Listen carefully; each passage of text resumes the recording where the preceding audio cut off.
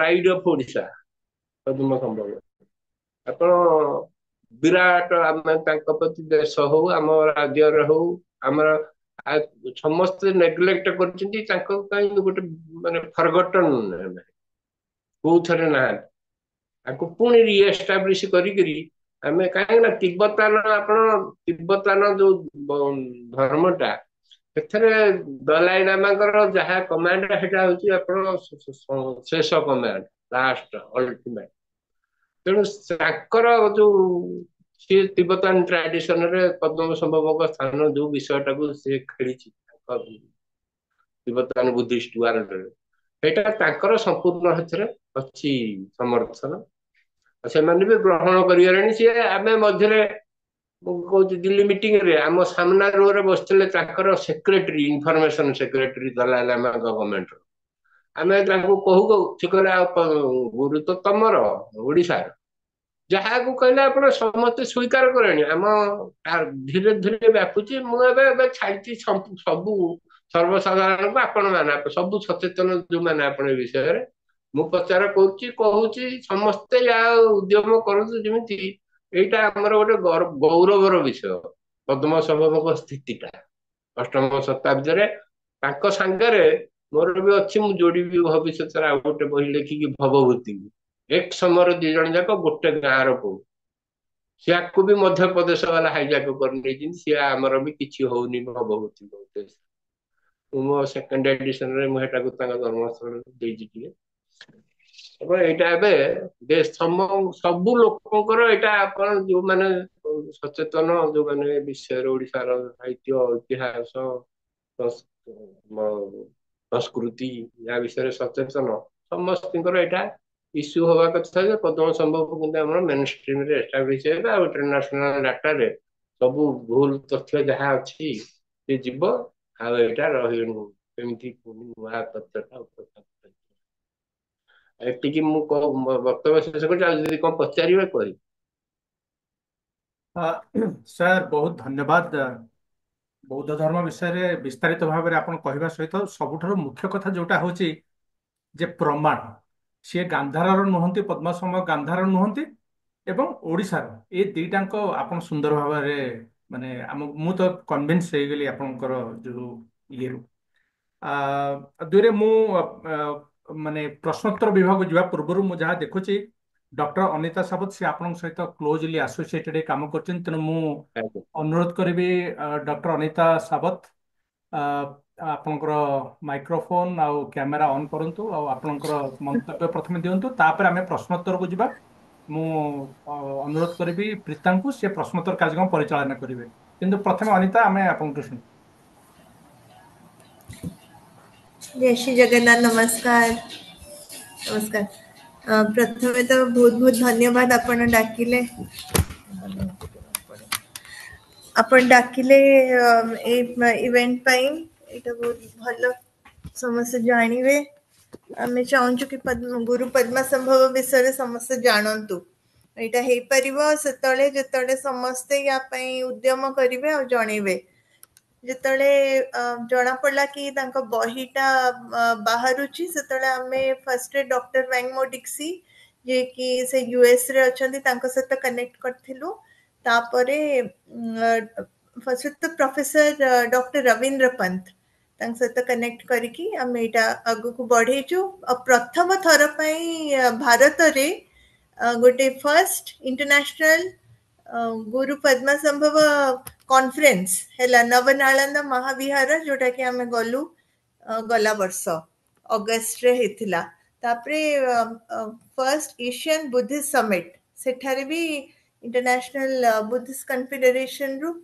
हमको डाकी थिले प्रवीण बाबू को एवं मते आ सेठारे आमे दलाई लामा ऑफिस रो भी कर्मकर्ता सहित मैनेजर सहित मीट कलु और समस्त को क्या भी आम ओडिशार बुद्धिस्ट हेरिटेज विषय जना नहीं से जो आरंभ रू आम कनेक्ट करूँ तांको ये दीटा कहलु गोटे हूँ कि डायमंड ट्रायंगल रे करा जाओ जहाँ भी इवेंट हम जो चैंटिंग इवेंट पे आम ही इनवाइट कलु तांको से माने विश्व सारा रे चैंटिंग इवेंट करांती किंतु ସେଟାରେ ଗୁରୁ ପଦ୍ମ ସମ୍ଭବ ନା ନାହିଁ, ସେଟା ଖାଲି ବୁଦ୍ଧିଷ୍ଟ ଚାଣ୍ଟିଂ ପ୍ରେୟର ଫର ୱାର୍ଲଡ ପିସ୍। ଏଠାରେ ଆମେ ଗୁରୁ ପଦ୍ମ ସମ୍ଭବର ନାଁ ଯୋଡ଼ା ଯାଉ, ହେଲେ ସମସ୍ତେ ଜାଣିବେ ଗୋଟେ ତ ଡାଇମଣ୍ଡ ଟ୍ରାଙ୍ଗେଲରେ ହବ ଏବଂ ଗୁରୁ ପଦ୍ମ ସମ୍ଭବ ନାଁ ଯୋଡ଼ା ହବ ଏବଂ ପ୍ରବୀର ବାବୁ ବହି ଲେଖିଛନ୍ତି ବୋଲି ସମସ୍ତେ ଜାଣିବେ। ଆଉ ୟାର ଜାଣିକି ଏବେ ବେଶୀ ଜଣ ଜାଣିପାରୁଛନ୍ତି ଓଡ଼ିଶାର ବୁଦ୍ଧିଷ୍ଟ ହେରିଟେଜ ବିଷୟରେ। People just don't know. ଆମର ଇ ସାଇଟ୍ ଗୁଡ଼ା वर्ल्ड मैप रे ही माने वर्ल्ड मैप तो छाड़ନ୍ତୁ इंडिया रो बुद्धिस्ट सर्किट रे ही हमर ओडिसा नाही।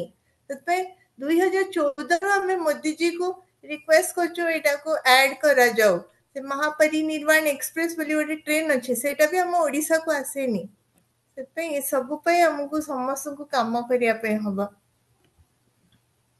बहुत बहुत धन्यवाद। बहुत धन्यवाद, बहुत धन्यवाद।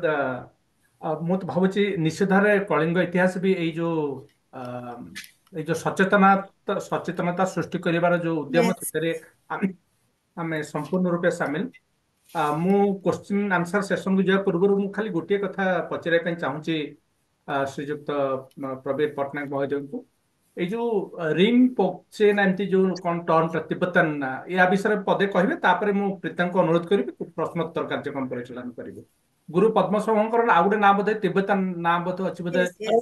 ତାଙ୍କର 8ଟା ନା ଆପଣ ଗୁରୁ ତାଙ୍କ ରିମ୍ପୋଚେ ହଉଛି ତାଙ୍କର ମେନ୍ ତିବ୍ବତାନ ନାଁଟା ହଉଛି ରିମ୍ପୋଚେ। ରିମ୍ପୋଚେ ମାନେ ହେଇ ପଦ୍ମ ସମ୍ଭବ। ଆଚ୍ଛା, ଆଉ ଉଡିଆନ ଗୁରୁ ଭାବରେ ସିଏ ତାଙ୍କର କଣ ବିନା ନାଁରେ ଉଡିଆନ ଗୁରୁ ଭାବରେ ହିଁ ସେ ବେଶୀ ପରିଚିତ। ଆଚ୍ଛା, ତାପରେ ହଉଛି ଗୁରୁ ରିମ୍ପୋଚେ, ତାପରେ ତାଙ୍କର ମେନ୍ ନାଁ ହଉଛି 8ଟା। ଆଚ୍ଛା, एक्चुअली ମୁଁ ଆଡ୍ କରିବାକୁ ଚାହୁଁଛି ଗୁରୁ ରିନପୋଚେ ହେଉଛି ତାଙ୍କର ମୋର ୱାଇଡଲି ନୋନ୍ ନେମ୍। ଆଉ ସେଟା ଆପଣ ଯୋଉଠି ବି ଯିବେ ସେ ରିନପୋଚେ ବୋଲି କୁହା ହୁଏ, କିନ୍ତୁ ରିନପୋଚେଟା ବାକି ଗୁରୁ ମାନଙ୍କୁ ବି କୁହା ହୁଏ। ରିନପୋଚେର ଅର୍ଥ ହେଉଛି ପ୍ରେସିୟସ୍ ୱାନ୍। ଆଚ୍ଛା, ଏବେ ଆମ ଜିରାଙ୍ଗ ମୋନାଷ୍ଟ୍ରି ଯୋଉଟା ଅଛି ତାର ଯିଏ ହେଡ୍ ଅଛନ୍ତି ତାଙ୍କୁ ବି ରିନପୋଚେ, ତାଙ୍କ ନାଁ ହେଉଛି ଜିଗ୍ମେ ଗେଟ୍ରୁଲ ରିନପୋଚେ। ହେଲେ ସମସ୍ତଙ୍କୁ ରିନପୋଚେ ନାଁ ଆଡ୍ ହଉଛି। ତ ଯେତେବେଳେ ଏଇ ଯୋଉ ଚାଣ୍ଟିଂ ଇଭେଣ୍ଟଟା ହେଲା ସେମାନେ ଆମେ ତାଙ୍କୁ ଜାନୁଆରୀ ଗଲା ବର୍ଷ ଜାନୁଆରୀରୁ କଣ୍ଟିନ୍ୟୁଅସଲି ଲେଖି ଆସୁଛୁ କି ଗୁରୁ ପଦ୍ମ ସମ୍ଭବ ବ୍ୟବହାର କରାଯାଉ, କିନ୍ତୁ ସେ ଗୁରୁ ରିନପୋଚେ ମୋର ନାମ କଲେ। ତା ପାଇଁ ବି ଆମେ ଆଉଥରେ ତାଙ୍କୁ ବହୁତ ବୁଝେଇକି ସେଟା ପଦ୍ମ ସମ୍ଭବ କର, ବିକଜ ଭୋକାଲ ଫର ଲୋକାଲ। ଆମେ ଆମର ୱାର୍ଡ କାହିଁକି ବ୍ୟବହାର କରିବାନି ଯୋଉଟା କି ସେ ଏଇଠି ଜନ୍ମ ପାଇଥିଲେ ଓଡ଼ିଶାରେ, ତ ଓଡ଼ିଶାର ୱାର୍ଡଟା ହଉଛି ପଦ୍ମ ସମ୍ଭବ, ସେଇଟା ନବା ପାଇଁ। ରିନପୋଚେ ତ ସମସ୍ତେ ତାଙ୍କୁ ଜାଣିଛନ୍ତି ରିନପୋଚେ, and there are multiple rinpoches all over the world ଏବେ ବି ୟୁଜ୍ ହଉଛି ସେଥିପାଇଁ। ଧନ୍ୟବାଦ। ଏଇଟା ଗୋଟେ ଭାରି ମାନେ ଦରକାରୀ ସୂଚନା ଗୋଟେ ଥିଲା ଗୋଟେ। ତେବେ ମୁଁ ଅନୁରୋଧ କରିବି ବର୍ତ୍ତମାନ ପ୍ରୀତାଙ୍କୁ ପ୍ରଶ୍ନୋତ୍ତର କାର୍ଯ୍ୟକ୍ରମ ପରିଚାଳନା କରିବା ପାଇଁ। ଧନ୍ୟବାଦ। ପ୍ରଥମତଃ ପ୍ରବୀର ପଟ୍ଟନାୟକ ସାର୍ଙ୍କୁ ମାନେ ଅଶେଷ ଅଶେଷ ଧନ୍ୟବାଦ ଏତେ ସୁନ୍ଦର ଉପସ୍ଥାପନା ପାଇଁ। ପ୍ରଥମତଃ ବହି ଲେଖିବା ପାଇଁ ଏତେ ବର୍ଷର ରିସର୍ଚ୍ଚ ଆଉ ସବୁ ମିଶେଇକି ନିଜର ପର୍ସନାଲ ଅନୁଭୂତି ସବୁ ମିଶେଇକି ଏତେ ସୁନ୍ଦର ବହିଟିଏ ଲେଖିବା ପାଇଁ, ଆଉ ଆଜି ଆମମାନଙ୍କୁ ଆସିକି ଏଠି ତା ବିଷୟରେ କହିବା ପାଇଁ। ଆଉ ମାନେ ଆପଣଙ୍କର ଏଇ କାମଟା ପାଇଁ ବୋଧେ ଓଡ଼ିଶା ମାନେ ଏଭ୍ରିୱାନ୍ ମାନେ ଯେତେ ଅଧିକ ଲୋକ ଜାଣିବେ ସେତେ ଭଲ। ତେଣୁ ଆଇ ଥିଙ୍କ ଆମେ ସମସ୍ତେ ଏଇ ଜିନିଷଟାକୁ ଆଗକୁ ବଢ଼େଇବା ପାଇଁ ଚେଷ୍ଟା କରିବା କଥା। କେବଳ ସାର୍ ଗୋଟେ ବହି ଲେଖିଦେଲେ ତାପରେ ମାନେ ସେତିକିରେ ମାନେ ନ ସରିଯାଉ। ମାନେ ପ୍ରଶ୍ନ ଉତ୍ତର ଆରମ୍ଭ କରିବା ପୂର୍ବରୁ ଯେହେତୁ ମୋତେ ମିଳିଛି, ମୁଁ ତେଣୁ ଗୋଟେ ଜିନିଷ ଖାଲି ସାର୍ଙ୍କୁ ପଚାରି ଦେଇକି ତାପରେ ପ୍ରଶ୍ନ ଉତ୍ତର ନେଉଛି। ହଁ, ଅନିତାଙ୍କୁ ବି ବହୁତ ବହୁତ ଧନ୍ୟବାଦ। ଡକ୍ଟର ଅନିତା ଆପଣଙ୍କର ବହୁତ ମୂଲ୍ୟବାନ ଆଡିସନ୍ସ ପାଇଁ ଯାହା ବି ସବୁ କହିଲେ। ଆପଣଙ୍କର କାମ ବି ବହୁତ ସୁନ୍ଦର କାମ କରୁଛନ୍ତି ଓଡ଼ିଶା ପାଇଁ। We are all so proud of you. Prabir sir, ଆପଣ ଯେଉଁ ସବୁ ତଥ୍ୟ ଗୁଡ଼ିକ ନେଇଛନ୍ତି ମାନେ ପ୍ରୁଭ୍ କରିବା ପାଇଁ ଯେ କାହିଁକି ଗାନ୍ଧାରଟା ଆମର ନୁହେଁ ଓଡ଼ିଆନ, ତା ସାଙ୍ଗରେ ଆପଣ ବୋଧହୁଏ ଲେଖିଥାଇ ପାରନ୍ତି ବହିରେ। ଆକ୍ଚୁଆଲି ମୁଁ ଏପର୍ଯ୍ୟନ୍ତ ବହିଟି ପଢ଼ିନି, ଏଥର ଓଡ଼ିଶା ଗଲେ ନେଇକି ଆସିବି। ମୁଁ ଗୋଟେ ଛୋଟ ଜିନିଷଟେ ଏଠି ଆଡ଼୍ କରିବାକୁ ଚାହୁଁଛି, ଯଦି ବହିରେ ଥିବ କ୍ଷମା କରିବେ। ଇନ୍ଦ୍ରଭୂତିଙ୍କର ଯେଉଁ ଲେଖାଟି ଅଛି, ମାନେ ସମସ୍ତେ ଯେଉଁମାନେ ଏ ବିଷୟରେ ପଢ଼ାପଢ଼ି କରନ୍ତି, ମହାସିଦ୍ଧ ଇନ୍ଦ୍ରଭୂତିଙ୍କର ସେଇ ଲେଖାର ଜ୍ଞାନ ସିଦ୍ଧିର ଆରମ୍ଭର ଲେଖା ହେଲା, ସେ ଲେଖିଛନ୍ତି ପ୍ରଣିପାତ୍ୟ ଜଗନ୍ନାଥମ ସର୍ବଜୀନ ବରରଚିତମ୍। ଏମିତି କ'ଣ ଗୋଟିଏ ତାଙ୍କର वर्ड्स रु आरंभ होइछि तांको ज्ञान सिद्धि आ ज्ञान सिद्धि रे से जदि जगन्नाथ को आरंभ करी करिसंती जगन्नाथ तो हेले आम ठाकुर एठिकार so that is in itself a huge माने गोटे क्लू तेणु सेटा गोटे ଆପଣ ବୋଧେ ନିଶ୍ଚୟ ଲେଖିଥିବେ କାରଣ ଏଇଟା ବହୁତ କମନ ନଲେଜ ସମସ୍ତଙ୍କ ଏଇଟା କମନ ଆପଣ ଏଇଟା ହଉଛି ଆମେ ଆଜ୍ଞା ଆମେ ମୁଁ ଲେଖିଛି ଏଇଟା କିନ୍ତୁ ମୁଁ ଆଜ୍ଞା ଦେଖୁଛି ଏଇଠି ଆମେ ଆମର ପ୍ରାଇଭେଟ ଆଲୋଚନା ଭଳିଆ ହଉଛି ମୁଁ କହୁଛି ଏଇଠି ଇଏ ଆଜ୍ଞା ଅଷ୍ଟମ ଶତାବ୍ଦୀରେ ଲେଖା ଜ୍ଞାନ ସିଦ୍ଧି ହଉଛି ତାଙ୍କର ବଜ୍ରଯାନର ସବୁଠୁ ମୁଖ୍ୟ ଗ୍ରନ୍ଥ। ଆଜ୍ଞା ସେଇଟା ପ୍ରଥମ ଶ୍ଲୋକ ହଉଛି ପ୍ରଣିପତ୍ୟ ଜଗନ୍ନାଥଙ୍କୁ କରିକି ସେ ଆରମ୍ଭ କରୁଛନ୍ତି। ଆଜ୍ଞା ମୁଁ ଖାଲି ମୋର ତଥ୍ୟ ଦେନି, ଯୋଉ ମାନେ ଆପଣ ମେନ୍ ପ୍ରାୟ 18 ଜଣ ବିଶିଷ୍ଟ ଗବେଷକ ଇନକ୍ଲୁଡିଂ ଡୋନାଲ୍ଡସନ୍ ଅଫ୍ ଆମେରିକା, ତାପରେ ପ୍ରଫେସର ନବୀନ ସାହୁ, ଟି ଡୋନାଲ୍ଡସନ୍, ତାଙ୍କର କାମ ହଉଛି ସବୁଠୁ ବେଷ୍ଟ କାମ କରିଛନ୍ତି। ସେ ଓଡିଆନ୍ ଟାକୁ ଆମର ଯଥାର୍ଥତା ଆଣିଲା ବେଳକୁ ତାଙ୍କ ଲେଖାଟା ମତେ ବେଶୀ ଉତ୍ସାହିତ କଲା। ତାଙ୍କର ଯେହେତୁ ସିଏ ଆମେରିକାନ ଲୋକ, ସିଏ ଯେ ଏତେ ସପୋର୍ଟ କରିଛନ୍ତି ଆମ ଥିମ୍ ଟାକୁ ବହୁତ କମ ଆପଣ ପାଇବେ। ମୁଁ ଯେତେବେଳେ ପାଇଲି ହେଲେକୁ ଆପଣ ମୁଁ ଖୁସି ହେଇଗଲି ଯେ ଏଇଟା ବହୁତ ମତେ ସପୋର୍ଟ କରିବ। ତାଙ୍କର ଆମର ଡକ୍ଟର ରାମପ୍ରସାଦ ମିଶ୍ର, ଆମର ପ୍ରଫେସର ନବୀନ ସାହୁ, ଆମର ଡକ୍ଟର ହରିଶ୍ଚନ୍ଦ୍ର ଦାସ, ଚୋପଦାର ଦେବାନନ୍ଦ ଚୋପଦାର ପ୍ରଫେସର ସମ୍ବଲପୁର ୟୁନିଭରସିଟିର ସିଏ, ଆଉ ଜଣେ ଆପଣ ଚନ୍ଦ୍ରଧର ତ୍ରିପାଠୀ, ଆପଣ Indian institute of advance study Shimla, ସିଏ ଗୋଟେ ଆପଣ କରିଛନ୍ତି ଗୋଟେ ରିସର୍ଚ୍ଚ ଷ୍ଟଡି ମିଥିଳା କାମରୂପ କଳିଙ୍ଗ ମିଥିଳା। କାମରୂପ କଳିଙ୍ଗ ମିଥିଳା ଏଇଟା ଗୋଟେ କଲଚରାଲ ଗ୍ରୁପ ସେ ପ୍ରମାଣିତ କରିଛନ୍ତି। ସେଇଥିରେ ଆପଣ ଷ୍ଟ୍ରଙ୍ଗଲି ସେ ଆପଣ ଦେଖେଇଛନ୍ତି ଓଡିଆନ ହଉଛି ଓଡିଶା। ସେମିତି ଆପଣ ଯେତେ ଲିଟରାରୀ ପ୍ରମାଣ ମୁଁ ଦେଇଛି, ବହୁତ ଲିଟରାରୀ ପ୍ରମାଣ। ଏଥିରେ ଆପଣ ଆମର ଖାଲି କାଳିକା ପୁରାଣ ନୁହେଁ, କାଳିକା ପୁରାଣ ଆମର ଯେମିତି ଜ୍ଞାନ ସିଦ୍ଧି ଇତ୍ୟାଦି ଇତ୍ୟାଦି ବହୁତ ଜଗନ୍ନାଥଙ୍କ ଉପରେ, ଜଗନ୍ନାଥଙ୍କ ଦିଟା ଆପଣ ଏଇଟା କହିଛନ୍ତି। ପୁଣି କାଳିକା ପୁରାଣରେ ଅଛି ଆପଣ ବିରଜା ହଉଛନ୍ତି ଭୈରବୀ ଜଗନ୍ନାଥଙ୍କର, ତେଣୁ ବିରଜା ହଉଛନ୍ତି ଓଡିଆନର ଆଉ ଜଗନ୍ନାଥ ହଉଛନ୍ତି ହିଁ ଓଡିଶାର। ଏମିତି ବହୁତ ବହିଟା ଆପଣ 600 ପୃଷ୍ଠାରୁ 50 ପୃଷ୍ଠା ଗଲା ଚିତ୍ର, ବାକି ବିବ୍ଲିଓଗ୍ରାଫି ଆଉ ଗ୍ରୋସରୀ ଫୋସାରୀ ହେଇକି ଯାଇଛି। କିନ୍ତୁ ଯୋଉ 500 କେତେ ପେଜ ଟେକ୍ସଟ ଆପଣ ହେଇ ବହିଟା ସାରା 48ଟା ଚାପ୍ଟର ଅଛି। ଏଥିରେ 12ଟା ଭାଗରେ 12ଟା ପାର୍ଟ ହେଇଛି, 48ଟା ଚାପ୍ଟର। 48ଟା ଚାପ୍ଟର, ପ୍ରତି ଚାପ୍ଟର ହଉଛି ଇଣ୍ଟରଲିଙ୍କଡ ସମସ୍ତଙ୍କ ସାଙ୍ଗରେ। ଆପଣ କୋଉଠି ଗୋଟେ ଜାଗାରେ ପ୍ରମାଣ ନାହିଁ ବହିଟାରେ, ଆପଣ ବହି ସାରା ହଉଛି ଖାଲି ଏଭିଡେନ୍ସ। ମୁଁ ତାକୁ ଏକାଠି କରିପାରିଲିନି ଗୋଟେ ଜାଗାରେ, ଏତେ ଏଭିଡେନ୍ସ ସବୁତକ 560 ପେଜ ସବୁତକ ଆପଣ ଭାବିବେ ସବୁ ଏଭିଡେନ୍ସ। ମୁଁ କିଛି କହିନି ଏଥିରେ, ଆପଣ ଏଥିରେ ସବୁତକ ଅଛି ଏଭିଡେନ୍ସ, ପୁରା ବହିଟା ହଉଛି ଏଭିଡେନ୍ସ। ହଁ, ଆଉ ଏଇଟା ତ ଆମର ଏଇଟା ସାଧାରଣ ଏଇ ଯୋଉ ପ୍ରଣିପତ୍ୟ ଜଗନ୍ନାଥ ଏଇ ଗୋଟିକୁ ଆମର ଯୋଉମାନେ ଜାଣିଛନ୍ତି ଇନ୍ଦ୍ରଭୂତି କି ଓଡିଶାରେ ମୁଁ ଦେଖୁଛି କିଛି ସାହିତ୍ୟ ଅଧ୍ୟାପକ ଆଉ ସଂସ୍କୃତ ଅଧ୍ୟାପକ ଯେତିକି ବହୁତ କମ ସଂଖ୍ୟାରେ ଯୋଉ ଜାଣିଛନ୍ତି, ସେଇମାନେ ଜାଣିଛନ୍ତି ଏଇ ଗୋଟିକ ଶ୍ଲୋକରୁ।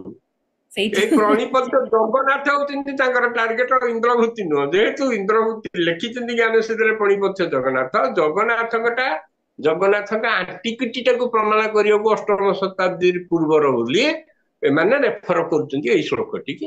ସେଇଥିରେ ଇନ୍ଦ୍ରଭୂତିକି ଜାଣିଛନ୍ତି ଆଉ ସିଏ ସମ୍ବଳ ରଜା ବୋଲି ଜାଣିଛନ୍ତି। ଯେ ବହୁତ କମ ଅଧ୍ୟାପକ ମାନେ, ବହୁତ ଅଭିଜ୍ଞ ଅଧ୍ୟାପକ ମାନେ ବି ପଦ୍ମଶ୍ରମଙ୍କ ନାଁ ଶୁଣିନାହାନ୍ତି ଓଡିଶାରେ।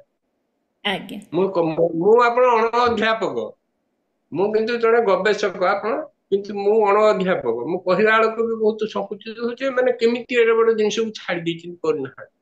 କାହିଁକି ଇଏ କରିନାହାନ୍ତି କେହି ଜାଣିପାରୁନାହାନ୍ତି। ଆଜି ଯାକ କଣ ହଉଥିଲା ଓଡିଶାରେ, ଏତେ ଲୋକ କରୁଛନ୍ତି, ଇନ୍ଦ୍ରଭୂତି କି ଜାଣିଛନ୍ତି, ତାଙ୍କ ପୁଅକୁ ଜାଣିନାହାନ୍ତି ଯିଏ ସାରା ପୃଥିବୀରେ ସେକେଣ୍ଡ ବୁଦ୍ଧ ଭାବରେ ପ୍ରତିଷ୍ଠିତ। ନାଇଁ ନାଇଁ, ବହୁତ ଧନ୍ୟବାଦ ସାର୍। ମୁଁ ବି ସେଇ ଗୋଟେ କମନ ମାନେ ଗୋଟେ ସାଧାରଣ ଲୋକର ଇଏ ମାନେ ଆମେ ଯୋଉ ଅଳ୍ପ ଅଳ୍ପ ଯୋଉ ଯେତିକି ଯାହା ପଢିଛୁ ଜାଣିଛୁ ସେଇଥିରୁ କହିଲି, କାରଣ ସେଇଟା ବହୁତ ଜଣଙ୍କୁ ଜଣା ବୋଲି। ବହୁତ ଧନ୍ୟବାଦ ସାର୍। ଆଉ ଏଇ ବହିଟି ସମସ୍ତଙ୍କ ପାଖରେ ପହଞ୍ଚୁ, ଆପଣଙ୍କ ଲେଖା ଆଉ କଥା ଏବେ ସମସ୍ତଙ୍କ ଶୁଣନ୍ତୁ, ଏଇ ପାଖରେ ବହି ତ ପହଞ୍ଚୁ। ଆପଣ ବହୁତ କଷ୍ଟଲି ବହି, ବିରାଟ କଳେବରର। ମୁଁ ଏବେ ଏଇ ବହିରୁ ସବୁ ଓଡିଆରେ ଷ୍ଟୋରି କରିକି ଏବେ ଗୋଟେ ସିରିଜ କରୁଛି, ଦ୍ଵିତୀୟ ବୁଦ୍ଧଙ୍କ କଥା ଭାବରେ ବାହାରୁଛି ପ୍ରାୟ ମାସେ ଉପରେ ହେଲାଣି। ସକାଳ ଖବର କାଗଜରେ ତାଙ୍କ ଏଡିଟୋରିଆଲ ପେଜରେ ଗୋଟେ ସ୍ତମ୍ଭ ହଉଛି, ତାର ନାଁ ହଉଛି ଦ୍ଵିତୀୟ ବୁଦ୍ଧଙ୍କ କଥା। ସେଥିରେ ଆପଣ କୋଉଟା ଗୋଟେ ଚାପ୍ଟର ଚାଲିଛି।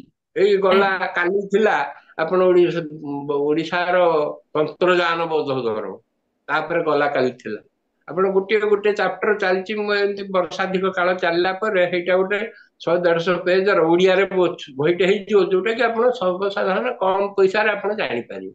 ମୁଁ ସେଟାକୁ ବହିଟା ସରିଗଲେ ସକାଳରେ ପବ୍ଲିଶ ସରିଗଲେ ମୁଁ ବହି ଚପେଇଦେବି ସାଙ୍ଗେ ସାଙ୍ଗେ। ଧନ୍ୟବାଦ ସାର୍। ଏବେ ଆମେ ତାହେଲେ ପ୍ରଶ୍ନ ଉତ୍ତର କାର୍ଯ୍ୟକ୍ରମ ଆଡ଼କୁ ଯିବା। ଆ, ଆ, ଦର୍ଶକବୃନ୍ଦ, ଆପଣମାନଙ୍କ ମଧ୍ୟରେ ଯାହାକୁ ବି କିଛି ପ୍ରଶ୍ନ ପଚାରିବାର ଅଛି କି କିଛି କଥାବାର୍ତ୍ତା ହେବାର ଅଛି ପ୍ରବୀର ସାର୍ଙ୍କ ସହିତ, ନିଜର ଅଡ଼ିଓ ଭିଡ଼ିଓ ଅନମ୍ୟୁଟ୍ କରନ୍ତୁ, ଭିଡ଼ିଓ ଅନ୍ କରନ୍ତୁ। ଆମେ ଆପଣଙ୍କୁ କହିବୁ ପଚାରିବା ପାଇଁ। ଶୁଭେନ୍ଦ୍ର ସାର୍ଙ୍କର ହ୍ୟାଣ୍ଡ ରେଜ୍ ବଟନ୍ ଥିଲା। Shubhendra sir, please go head, ଆପଣ ପଚାରନ୍ତୁ। ନମସ୍କାର। ଆଜିର ଆଲୋଚନାଟା ତ ବହୁତ ଉଚ୍ଚ କୋଟିର ହେଲା। ମୁଁ ପଦ୍ମଶ୍ରମଙ୍କ ନାଁ ଶୁଣିଲି ଯେତେବେଳେ ଟିଭି ଆଉ ପେପରରେ ଦେଖିଲି ଯେ ଓଡ଼ିଶାରେ ଗୋଟେ ସମ୍ମିଳନୀ ଆୟୋଜନ କରାଯାଉଛି 4-5 ଦିନର। ସେତିକିବେଳେ ପଦ୍ମଶ୍ରମ କିଏ ମୁଁ ଜାଣିବାକୁ ଚେଷ୍ଟା କଲି, ଆଉ କିଛିଟା ସେ ବିଷୟରେ ଇନଫର୍ମେସନ ବି କଲେକ୍ଟ କରିଥିଲି। ବର୍ତ୍ତମାନ ମୋ ମନକୁ ଗୋଟିଏ ପ୍ରଶ୍ନ ଆସୁଛି ଯେ ଯେହେତୁ ପଦ୍ମସମ୍ଭବ ରତ୍ନଗିରି ଏରିଆ ବା ଯାଜପୁର ଏରିଆରେ ଥିଲେ, ସେଥିପାଇଁ ଆଉ ଯାଜପୁର ଆମର ତନ୍ତ୍ର ସାଧନା ପାଇଁ ଜଣାଶୁଣା। ତନ୍ତ୍ର ସାଧନା କନସେପ୍ଟଟା ସିଏ ସେଇଠୁ ଆଣିକିରି ବୁଦ୍ଧିଜିମ୍ ସହିତ ଇଣ୍ଟରମିକ୍ସ କରିକି ନୂଆ ବଜ୍ରଯାନ ଭାବରେ ପ୍ରଚାର ପ୍ରସାର କରେଇଲେ, ନା ଆପଣ କଣ ଭାବୁଛନ୍ତି? ମୁଁ ଏଇଟା ବି ମୋ ବହିରେ ଲେଖିଛି ଗୋଟେ। ଆପଣ ଦେଖନ୍ତୁ, ସମସ୍ତେ ଶୁଣିଥିବେ ଭୌମଙ୍କର ବଂଶ ବିଷୟରେ। ହଁ ଓଡିଶାରେ ଭୌମଙ୍କର ମାନେ 736ରୁ 10ମ ଶତାବ୍ଦୀ ଶେଷ ପର୍ଯ୍ୟନ୍ତ ସେମାନେ ରାଜତ୍ୱ କରୁଥିଲେ। ତାଙ୍କର ହେଡକ୍ୱାର୍ଟର ଥିଲା ରାଜଧାନୀ କୋଉଠି ନା ଯାଜପୁର। ଆପଣ ଷଷ୍ଠ ଶତାବ୍ଦୀରେ, ଷଷ୍ଠ ନା ସପ୍ତମ ଶତାବ୍ଦୀରେ ବେଙ୍ଗଲର ରାଜା ଶଶାଙ୍କ, ସିଏ ଘୋର ଶୈବ, ସିଏ ଓଡିଶା ଆକ୍ରମଣ କରିଥିଲେ। ଓଡିଶା ଆକ୍ରମଣ କରିକି ପଳେଇଥିଲେ ଗଞ୍ଜାମ ପର୍ଯ୍ୟନ୍ତ, କରିକି ଅକୁପାଇ କରିକି ରଖିଥିଲେ ବହୁତ ଦିନ। ତାଙ୍କର ଆପଣ ଶଶାଙ୍କକୁ ଓଡିଶାରୁ ତଡିବାକୁ ହର୍ଷବର୍ଦ୍ଧନ ଆସିଲେ। କାହିଁକି ହର୍ଷବର୍ଦ୍ଧନ ଆସିଲେ? ହର୍ଷବର୍ଦ୍ଧନଙ୍କର ଓଡିଶା ପ୍ରୀତି ନାହିଁ।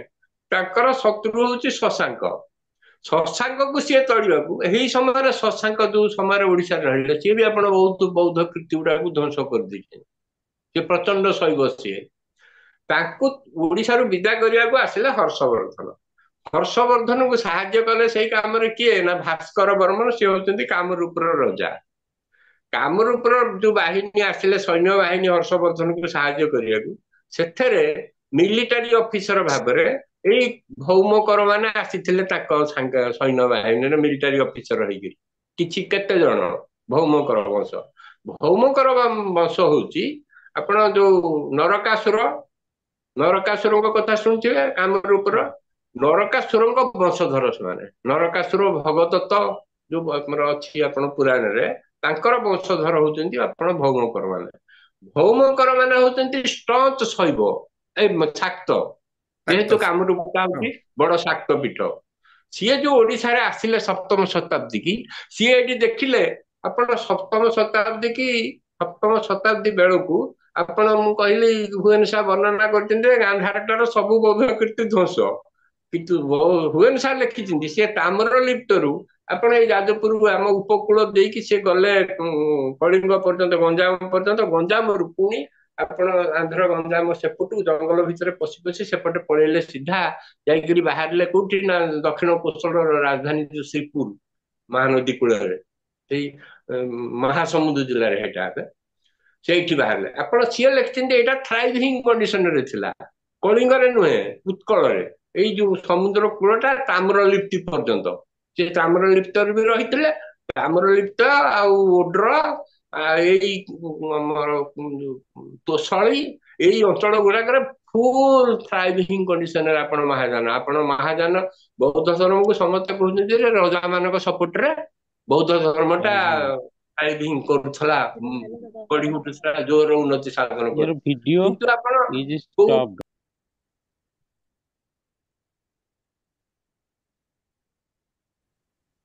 କୁହନ୍ତୁ ଆପଣ।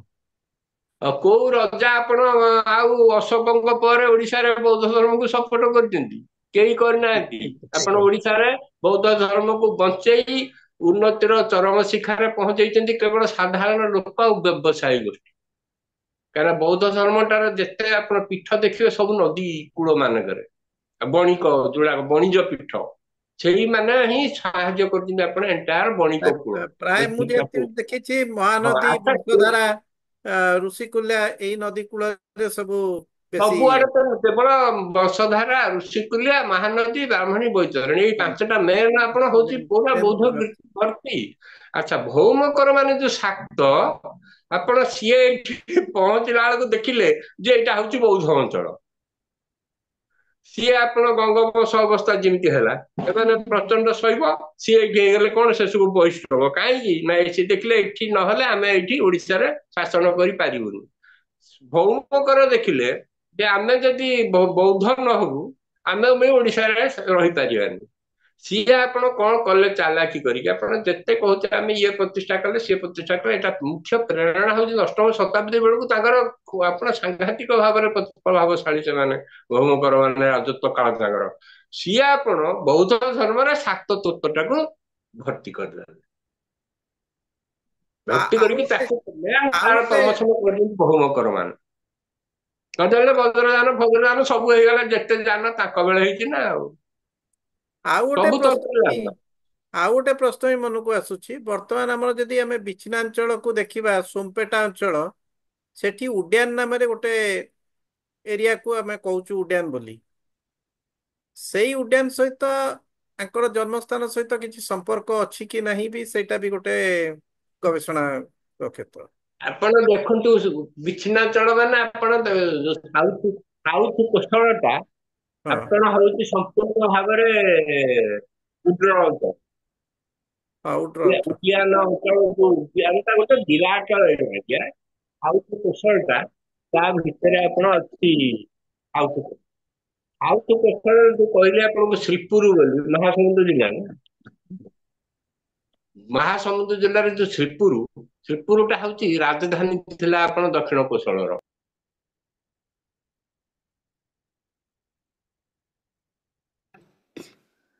ସାର୍ ଡ୍ରପ୍ ହେଇଗଲେ, ସାର୍ଙ୍କର ଜୁମ୍ଟା ଡ୍ରପ୍ ହେଇଗଲା ବୋଧେ। କିଛି ଗୋଟେ ଅସୁବିଧା ହେଲା ତ।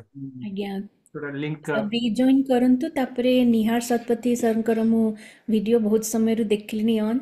ନିହାର ହଁ, ଶତପଥୀ ସାର୍ଙ୍କ ପରେ ଡକ୍ଟର ଇନ୍ଦ୍ରମଣି ଜେନା ସାର୍ ତାପରେ ବି ହଁ, କୁହନ୍ତୁ। ଭିଡ଼ିଓ ଅନ୍ କରିଛନ୍ତି। ଆସନ୍ତୁ, ତାପରେ ଆପଣମାନେ ଜଣ ଜଣକିରି କହିବେ। ମୁଁ ଟିକେ ତାଙ୍କୁ ପଚାରି ଦଉଛି କାହିଁକି ଆଉଟ୍ ହେଇଗଲେ, ଫୋନରେ ପଚାରି ହଁ, ଦଉଛି। ଆଜ୍ଞା ଅନିତା, ଏଇ ଯେଉଁ ବହିଟା ଆମାଜନର ଲିଙ୍କଟା ଆପଣ ସେୟାର କଲେ, ମୁଁ ସେଇଟା କଳିଙ୍ଗ ଇତିହାସ ଗ୍ରୁପର ଏଇଟା ଅଲରେଡ଼ି ସେଇଟା ମୁଁ ସେୟାର କରିଦେଇଛି। ଯଦି ଆମର ସଦସ୍ୟମାନଙ୍କୁ ବି କେହି କରିବାକୁ ଚାହୁଁଛନ୍ତି ସେଇଠୁ ଦେଖିକି କିଣିପାରିବେ। ବହୁତ ହି ବଢିଆ, ଥ୍ୟାଙ୍କ ୟୁ। ଆଉ ଗୋଟେ ୟୁଏସ୍ ମାନେ ମୁଁ ୱାର୍ଲଡ କହିବି, ୱାଇଡ୍ ଆମାଜନରେ ଆଭେଲେବଲ୍ ଅଛି କି? ମୁଁ ହଁ ଏବେ ୱାର୍ଲଡ ଖୋଜୁଛି। ୱାଇଡ୍ ବି ଅଛି। ଆମେ କହିକି ସେଟା କରିଛୁ, ସେଟା କିଏ ବି ଅର୍ଡର କରିପାରିବ। ସେ ଯୋଉ ଡକ୍ଟର ଡିକ୍ସି ବି ସେ ଆମାଜନରୁ ହିଁ ଅର୍ଡର କଲେ ୱାର୍ଲଡ ୱାଇଡ୍। ଆଉ ଗୋଟେ ମୁଁ ଆକ୍ଚୁଆଲି କହିବାକୁ ଏତେ ବଡ଼ ଚାହୁଁଥିଲି, ବହି ଗୁଡାକୁ ଓଡ଼ିଶାରୁ ନେଇକି ଆସିବା ବି ଅସୁବିଧା, ଯୋଉ ତାର ୱେଟ୍ ଆଉ ଏଇ ହିସାବରେ ନାଇଁ ଦି ନାଇଁ ବହୁତ ତିନିଟା। ୱେଟ୍ ଅଛି, ଏଟା ବହୁତ ବଡ ହଁ, ବହିଟା। ତ ଏତେ ଏଇଠୁ ବେଟର ଏଇଠି ଅର୍ଡର 14 କରିଦେବେ ବର୍ଷ ଆପଣ। ରିସର୍ଚ୍ଚ କରିକି ବହି ଲେଖିଛନ୍ତି, ସେଟା ବହୁତ ହି ବଢିଆ କ୍ୱାଲିଟି ବି, ବିକେ ପବ୍ଲିକେସନ୍ସ। ପଟ୍ଟନାୟକ ସାର୍ ଜଏନ୍ କଲେ। କବିର ସାର୍ ପୁଣି ଆଉଥରେ ଜଏନ୍ କରୁଛନ୍ତି, ତାଙ୍କୁ କୋhost ମୁଁ ଆଉ କରିଦେବେ। ଗୋଟେ ଆଡ୍ କରିବି, ଆମକୁ ଗଲା ବର୍ଷ ଜିଏମ୍ ୟୁନିଭର୍ସିଟି ସମ୍ବଲପୁର ବି ଡାକିଥିଲେ, ଆମେ ସେଠି ବି ଯାଇଥିଲୁ ନଭେମ୍ବର 2024ରେ।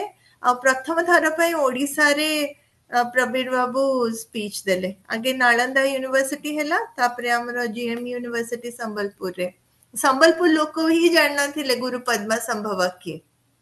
ତ ଏଇଟା ଭବାନୀଶ ଭୋଇ ବୋଲି ଯିଏକି ଆରମ୍ଭ କରିଥିଲେ, ଯୋଉ संबलपुरी दिन अगस्त 1 तारिख जो होची ना से आरंभ करथिला से ही एटा अभियान टा करचंदी केमते संबलपुर लोक फर्स्ट ग्रहण करंतु कि से बोर्न इन अनडिवाइडेड संबलपुर जोटा कि बे झारसुगुड़ा जिल्ला रे पद्मपुर अछि आज से जॉइन करछंती तो आज जॉइन हेचंती हाँ भवानी शोई बाबू हाँ ओके हाँ अच्छा ठीक ठीक तो ये भली हमको सबु विद्यालय रे विश्व ର ସବୁ ଜାଗାରେ ଯାଇକି କହିବାକୁ ହବ ଏଇଟା ଉପସ୍ଥାପନା କରିବାକୁ ହବ ଏବେ ଆମ ଏଠି ଗୋଟେ କଥା କହିବା ପାଇଁ ଚାହୁଁଛି ପ୍ରବେଶ ସାର୍ ଆଉ ଥରେ ଆମ ସହିତ ଯୋଗ ଦେଇଛନ୍ତି ତେଣୁ ଆମେ ପ୍ରଶ୍ନୋତ୍ତର କାର୍ଯ୍ୟକ୍ରମ ଆଗକୁ ବଢେଇବା କିନ୍ତୁ ଆଜି ଉପସ୍ଥିତ ଥିବା ସମସ୍ତ ସଦସ୍ୟଙ୍କୁ ମୁଁ ଗୋଟେ ଅନୁରୋଧ କରିବି ଆଜିର ଯୋଉ ରେକର୍ଡିଂଟି କାଲି ଯେତେବେଳେ ୟୁଟ୍ୟୁବରେ ଅପଲୋଡ ହବ ଆପଣ ସମସ୍ତେ ୟାକୁ ଯଥାସମ୍ଭବ ଆପଣମାନଙ୍କର ଚିହ୍ନା ପରିଚୟ ସାର୍କେଲ ଭିତରେ ନିଶ୍ଚିତ ସାର୍କୁଲେଟ କରିବେ ଆଉ ଅନିତା ବି ଆମ କଳିଙ୍ଗ ଇତିହାସର ଆମ ହ୍ୱାଟ୍ସଆପ୍ ଗ୍ରୁପରେ ବି ମେମ୍ବର ଅଛନ୍ତି ତେଣୁ ଠିକ ଅଛି ଆମେ ପୁଣି ଆଉ ପ୍ରଶ୍ନୋତ୍ତର କାର୍ଯ୍ୟକ୍ରମକୁ ଯିବା ଧନ୍ୟବାଦ ସାର୍ ପ୍ରଭି ସାର୍ ଆପଣ ଡ୍ରପ୍ ହେଇଯାଇଥିଲା ଆପଣଙ୍କର ଜୁମ୍ଟି ଏବେ ମୁଁ हाँ ନିହାର मोर गोटे ଶତପଥୀ ସାର୍ଙ୍କୁ ମୁଁ ଜାଣିନି ମୋବାଇଲ ଅପରେସନ ଆଜ୍ଞା ଆଜ୍ଞା ନିହାର ଶତପଥୀ ସାର୍ଙ୍କର କେତେବେଳଠୁ ଭିଡିଓ ଅନ୍ ଅଛି ସାର୍ ଆଜ୍ଞା କୁହନ୍ତୁ ମୁଁ ପ୍ରବୀର ଭଉଣୀଙ୍କର ବାବୁ ପାଖରେ ରଖିଥିଲି ଆଜ୍ଞା ଆଜ୍ଞା ପ୍ରବୀର ବାବୁ ମୁଁ ଆପଣଙ୍କ ଲାଇବ୍ରେରୀ ବହୁତ ଥର ଭିଜିଟ କରିଛି ବ୍ୟକ୍ତିଗତ ଲାଇବ୍ରେରୀ ଗୋଟେ ଯୋଉଟା startling aspect of research on Padmasambhava is that ଆପଣ ପୃଥିବୀ ସାରା ବିଭିନ୍ନ ଅଞ୍ଚଳରୁ 300 ବହି ଇଂରାଜୀରେ ପଦ୍ମସମ୍ଭବଙ୍କ ଉପରେ ସଂଗ୍ରହ କରିଛନ୍ତି ବିଭିନ୍ନ ଦେଶରୁ ଏବଂ ୟାର ଗୋଟେ ଅତି ଗୁରୁତ୍ୱପୂର୍ଣ୍ଣ ବିଷୟ ହେଲା ଯେ କୌଣସି 300ରୁ କୌଣସି ଗୋଟିଏ ବହିରେ ବି ଲେଖା ହେଇନି ପଦ୍ମସମ୍ଭବ ଓଡିଶାର ପଦ୍ମସମ୍ଭବ ଓଡିଶାର ବୋଲି କୁହାଗଲା ପ୍ରଫେସର ନବୀନ ସାହୁଙ୍କ ବହିରେ ପ୍ରଥମେ ଓଡିଶା ଭିତରେ କିନ୍ତୁ ଓଡିଶା ବାହାରେ କୌଣସି ଗୋଟିଏ ବହିରେ ବି ଲେଖାଯାଏ ନାହିଁ ତ ଏଠି ଯେ କେବଳ କ୍ଲେମ ଟା ପ୍ରବୀର ବାବୁ ଯୋଉ କହିଲେ ଆମକୁ ବର୍ତ୍ତମାନ ଫୋକସ କରିବାକୁ ପଡିବ ସିଏ ସ୍ୱାଦ ଭ୍ୟାଲିର ଗାନ୍ଧାରର ନୁହନ୍ତି କିନ୍ତୁ ତା ଛଡା ବି ପ୍ରବୀର ବାବୁଙ୍କ ବହିରେ କେବଳ ଗାନ୍ଧାର କଥା ଲେଖାଯାଏ ନାହିଁ there are claims of several other states specially ଆମର ନେବରିଂ ଷ୍ଟେଟ୍ ୱେଷ୍ଟ ବେଙ୍ଗଲ ମଧ୍ୟ କ୍ଲେମ କରୁଛି ଯେ ପଦ୍ମସମ୍ଭବ ଆମର ସେଇଟା ମେନସନ କରିଛନ୍ତି ପ୍ରବୀର ବାବୁ ତାଙ୍କର ଯୋଉ ତଥ୍ୟ ତାଙ୍କର ଯୁକ୍ତିରାଗ ମଧ୍ୟ ରଖିଛନ୍ତି ତାହେଲେ ଆମକୁ ଏଇ ଯୋଉ ଗାନ୍ଧାର ଛଡା ଆଉ କୋଉ କୋଉ ଅଞ୍ଚଳକୁ ନେଗେଟ କରିବାକୁ ପଡିବ ମାନେ ଯୁକ୍ତି ଯେ ସେ ଅଞ୍ଚଳ ନୁହନ୍ତି ସେଟା ଟିକେ କହିବେ କି ପ୍ରବୀର ବାବୁ ଆପଣ ଶ୍ରୀହଟ୍ଟ ଢାକା ପୂର୍ବବଙ୍ଗରେ ସେଠି ବି ଗୋଟେ ଜାଗା ତାକୁ ବି କହୁଛନ୍ତି ଆଉ ପଶ୍ଚିମବଙ୍ଗରେ ଆପଣ ବେଶୀ ଭାରତ ଭିତରେ ଯୋଉ ସହମତି ନାହିଁ ବେଶୀ ଜାଗା ନାହିଁ ସେ ଯୋଉ ପୂର୍ବବଙ୍ଗ ବାଲା ପଶ୍ଚିମବଙ୍ଗ ଆଉ ସିଏ ଲୋକେଶ ଚନ୍ଦ୍ର କହୁଥିଲେ କାଞ୍ଚିର ସିଏ ଏବେ ନୀରବ ହେଇଗଲେଣି କାଞ୍ଚି ସାଉଥ ଇଣ୍ଡିଆରେ ତେଣୁ ଆମର ବେଶୀ ବିବାଦ ନାହିଁ ପ୍ରକୃତରେ ଢାକାରେ କେହି କେବେ କହୁନାହାନ୍ତି ଯେହେତୁ ଶ୍ରୀହଟ୍ଟଟା ଅଛି ସିଏ କହୁଛନ୍ତି ପଶ୍ଚିମବଙ୍ଗ ବାଲା ବି ଆପଣ ବିଶେଷ ଭାବରେ ଅତି ଜୋର କରିକି କେବେ କହିନାହାନ୍ତି ସେମାନଙ୍କର ଆପଣ ପଶ୍ଚିମବଙ୍ଗ ବାଲାଙ୍କର ଗୋଟେ ପ୍ରୋବ୍ଲେମ କୌଣସି ଓଡିଶା ଜିନିଷଟାକୁ ସେ ସହଜରେ ଏଗ୍ରି କରିବେନି ତେଣୁ ଆପଣ ଜଣେ ମୁଁ ଗୋଟେ ବହି କହୁଛି ଗୋଟେ ଲେଖାରେ ଜଣେ ଲେଖିଥିଲେ ତାଙ୍କର ବଡ ମାନେ ଅତି ଏକ୍ସପର୍ଟ ବୁଦ୍ଧିଷ୍ଟ ରିସର୍ଚ୍ଚର ଓଡିଶାର ବୋଲି ଲେଖିଲେ ଆଗ ତା ସେକେଣ୍ଡ ଏଡିସନକୁ ମତ ବଦଳେଇ ସାରିଲେଣି ସେକେଣ୍ଡ ଏଡିସନ ଟା ଆସିଲା ଆଉ ଗୋଟେ ପଶ୍ଚିମବଙ୍ଗ କଥା ହେଇକି ତେଣୁ ଏତେ ତାଙ୍କର ଷ୍ଟ୍ରଙ୍ଗର ଡିମାଣ୍ଡ ନାହିଁ ଆମ ଭଳିଆ କେହି ଆପଣ ଆମର ଯେତେ ପ୍ରମାଣ କେହି କେବେ ବି କୌଣସି ଗବେଷକ କୋଉ ଷ୍ଟେଟର ଅନ୍ୟ ଷ୍ଟେଟର ଉପସ୍ଥାପନ କରିନାହାନ୍ତି କୌଣସି ଆମର ତ କିଛି ପବ୍ଲିକେସନ ନାହିଁ ଯେତିକି ପବ୍ଲିକେସନ ବି ଅଛି କେହି ହେଲେ ପଶ୍ଚିମବଙ୍ଗ ହଉ ଢାକାଟା ତ ସିଏ ପଳେଇଲାଣି ତାଙ୍କର କାହାର ହେଲେ ଆପଣ ନାହିଁ ଏମିତି ଡିମାଣ୍ଡ ଯେ ସିଏ ଆମର ବୋଲି ଆପଣ କିଛି ପରିମାଣରେ ଅନ୍ୟମାନେ ନୀରବ ହେଇଯାଇଛନ୍ତି ଆପଣ ଏତେ ଷ୍ଟ୍ରଙ୍ଗ ଥିଲା ଯେ ନବୀନ ସାହୁଙ୍କର ଲେଖାଟା ଏଇ ସମୟରେ ଯେହେତୁ କିଛି ନାହିଁ ମୁଁ ତ ଆପଣ ନବୀନ ସାହୁଙ୍କ ଭଳିଆ 18ଟା ଏକାଉଣ୍ଟ ଦେଇଛି ଏଥର ଯେତେ ଆପଣ ଯାହା ଯାହା ଯୋଉମାନେ କହିଛନ୍ତି ଆପଣ ଯୋଉ ଇଣ୍ଡିଆନ ଇନଷ୍ଟିଚ୍ୟୁଟ ଅଫ ଆଡଭାନ୍ସ ଷ୍ଟଡିର ଆପଣ ତାର ଯୋଉ ମାନେ ରିସର୍ଚ୍ଚ ରେଜଲ୍ଟଟା ଆଉଟକମଟା ସିଏ ବି ଷ୍ଟ୍ରଙ୍ଗଲି ବିଷୟ କହିଛନ୍ତି ଓଡିଆନ ହଉଛି ଓଡିଶା ସିଏ ଆପଣ 3ଟା ଆଗକୁ ଷ୍ଟଡି କରିକି କଳିଙ୍ଗ ମିଥିଳା ଆଉ କଳିଙ୍ଗ ମିଥିଳା ଆପଣ କାମରୂପ ଏ 3ଟା ହଉଛି ଗୋଟେ କଲଚରାଲ ଗ୍ରୁପର କରିକି ଓଡିଆନ କରିଛନ୍ତି ଆପଣ ଇଭିନ୍ ଆପଣ ଆର୍କିଓଲୋଜିକାଲ ସର୍ଭେ ଅଫ୍ ଇଣ୍ଡିଆ ହଉ ଯୋଉ ମାନେ ଯେତେ ଲିଟରାରୀ ସୋର୍ସ ଗୁଡାକ ବି ଆପଣ କାଳିକା ପୁରାଣ ହଉ ଐନ୍ଦ୍ରଭୂତି ଜ୍ଞାନ ସିଦ୍ଧି ହଉ ମୁଁ ବହୁତ ସ୍ଟେଜ ଦେଇଛି। ଆପଣ ଏମିତି କେହି ହେଲେ ପ୍ରେଜେଣ୍ଟ କରିନାହାନ୍ତି ଏତେ ତଥ୍ୟ ଦେଇକି ଯେ ସିଏ ଆମର ବୋଲି ଏମିତି ନାହିଁ। ବେଶୀ ଆପଣ ମତ ଅଛି ଯୋଉଟା ଅତି ବେଶୀ ଷ୍ଟ୍ରଙ୍ଗ ନୁହେଁ ଅନ୍ୟ ଷ୍ଟେଟର। ବହୁତ ଧନ୍ୟବାଦ ସାର୍। ଏବେ ନିହାର ବାବୁ ଆପଣଙ୍କର ପ୍ରଶ୍ନର ଉତ୍ତର ମିଳିଥିବ। ଏବେ ଆମେ ଇନ୍ଦ୍ରମଣି ଜେନା ସାର୍ଙ୍କୁ କହିବା ତାଙ୍କର କଥା ରଖିବେ। ଜି ହଁ। ଡକ୍ଟର ଇନ୍ଦ୍ରମଣି ଜେନା ସାର୍ ଆପଣଙ୍କର ଅଡ଼ିଓଟା ମ୍ୟୁଟ୍ ହେଇକି ଅଛି।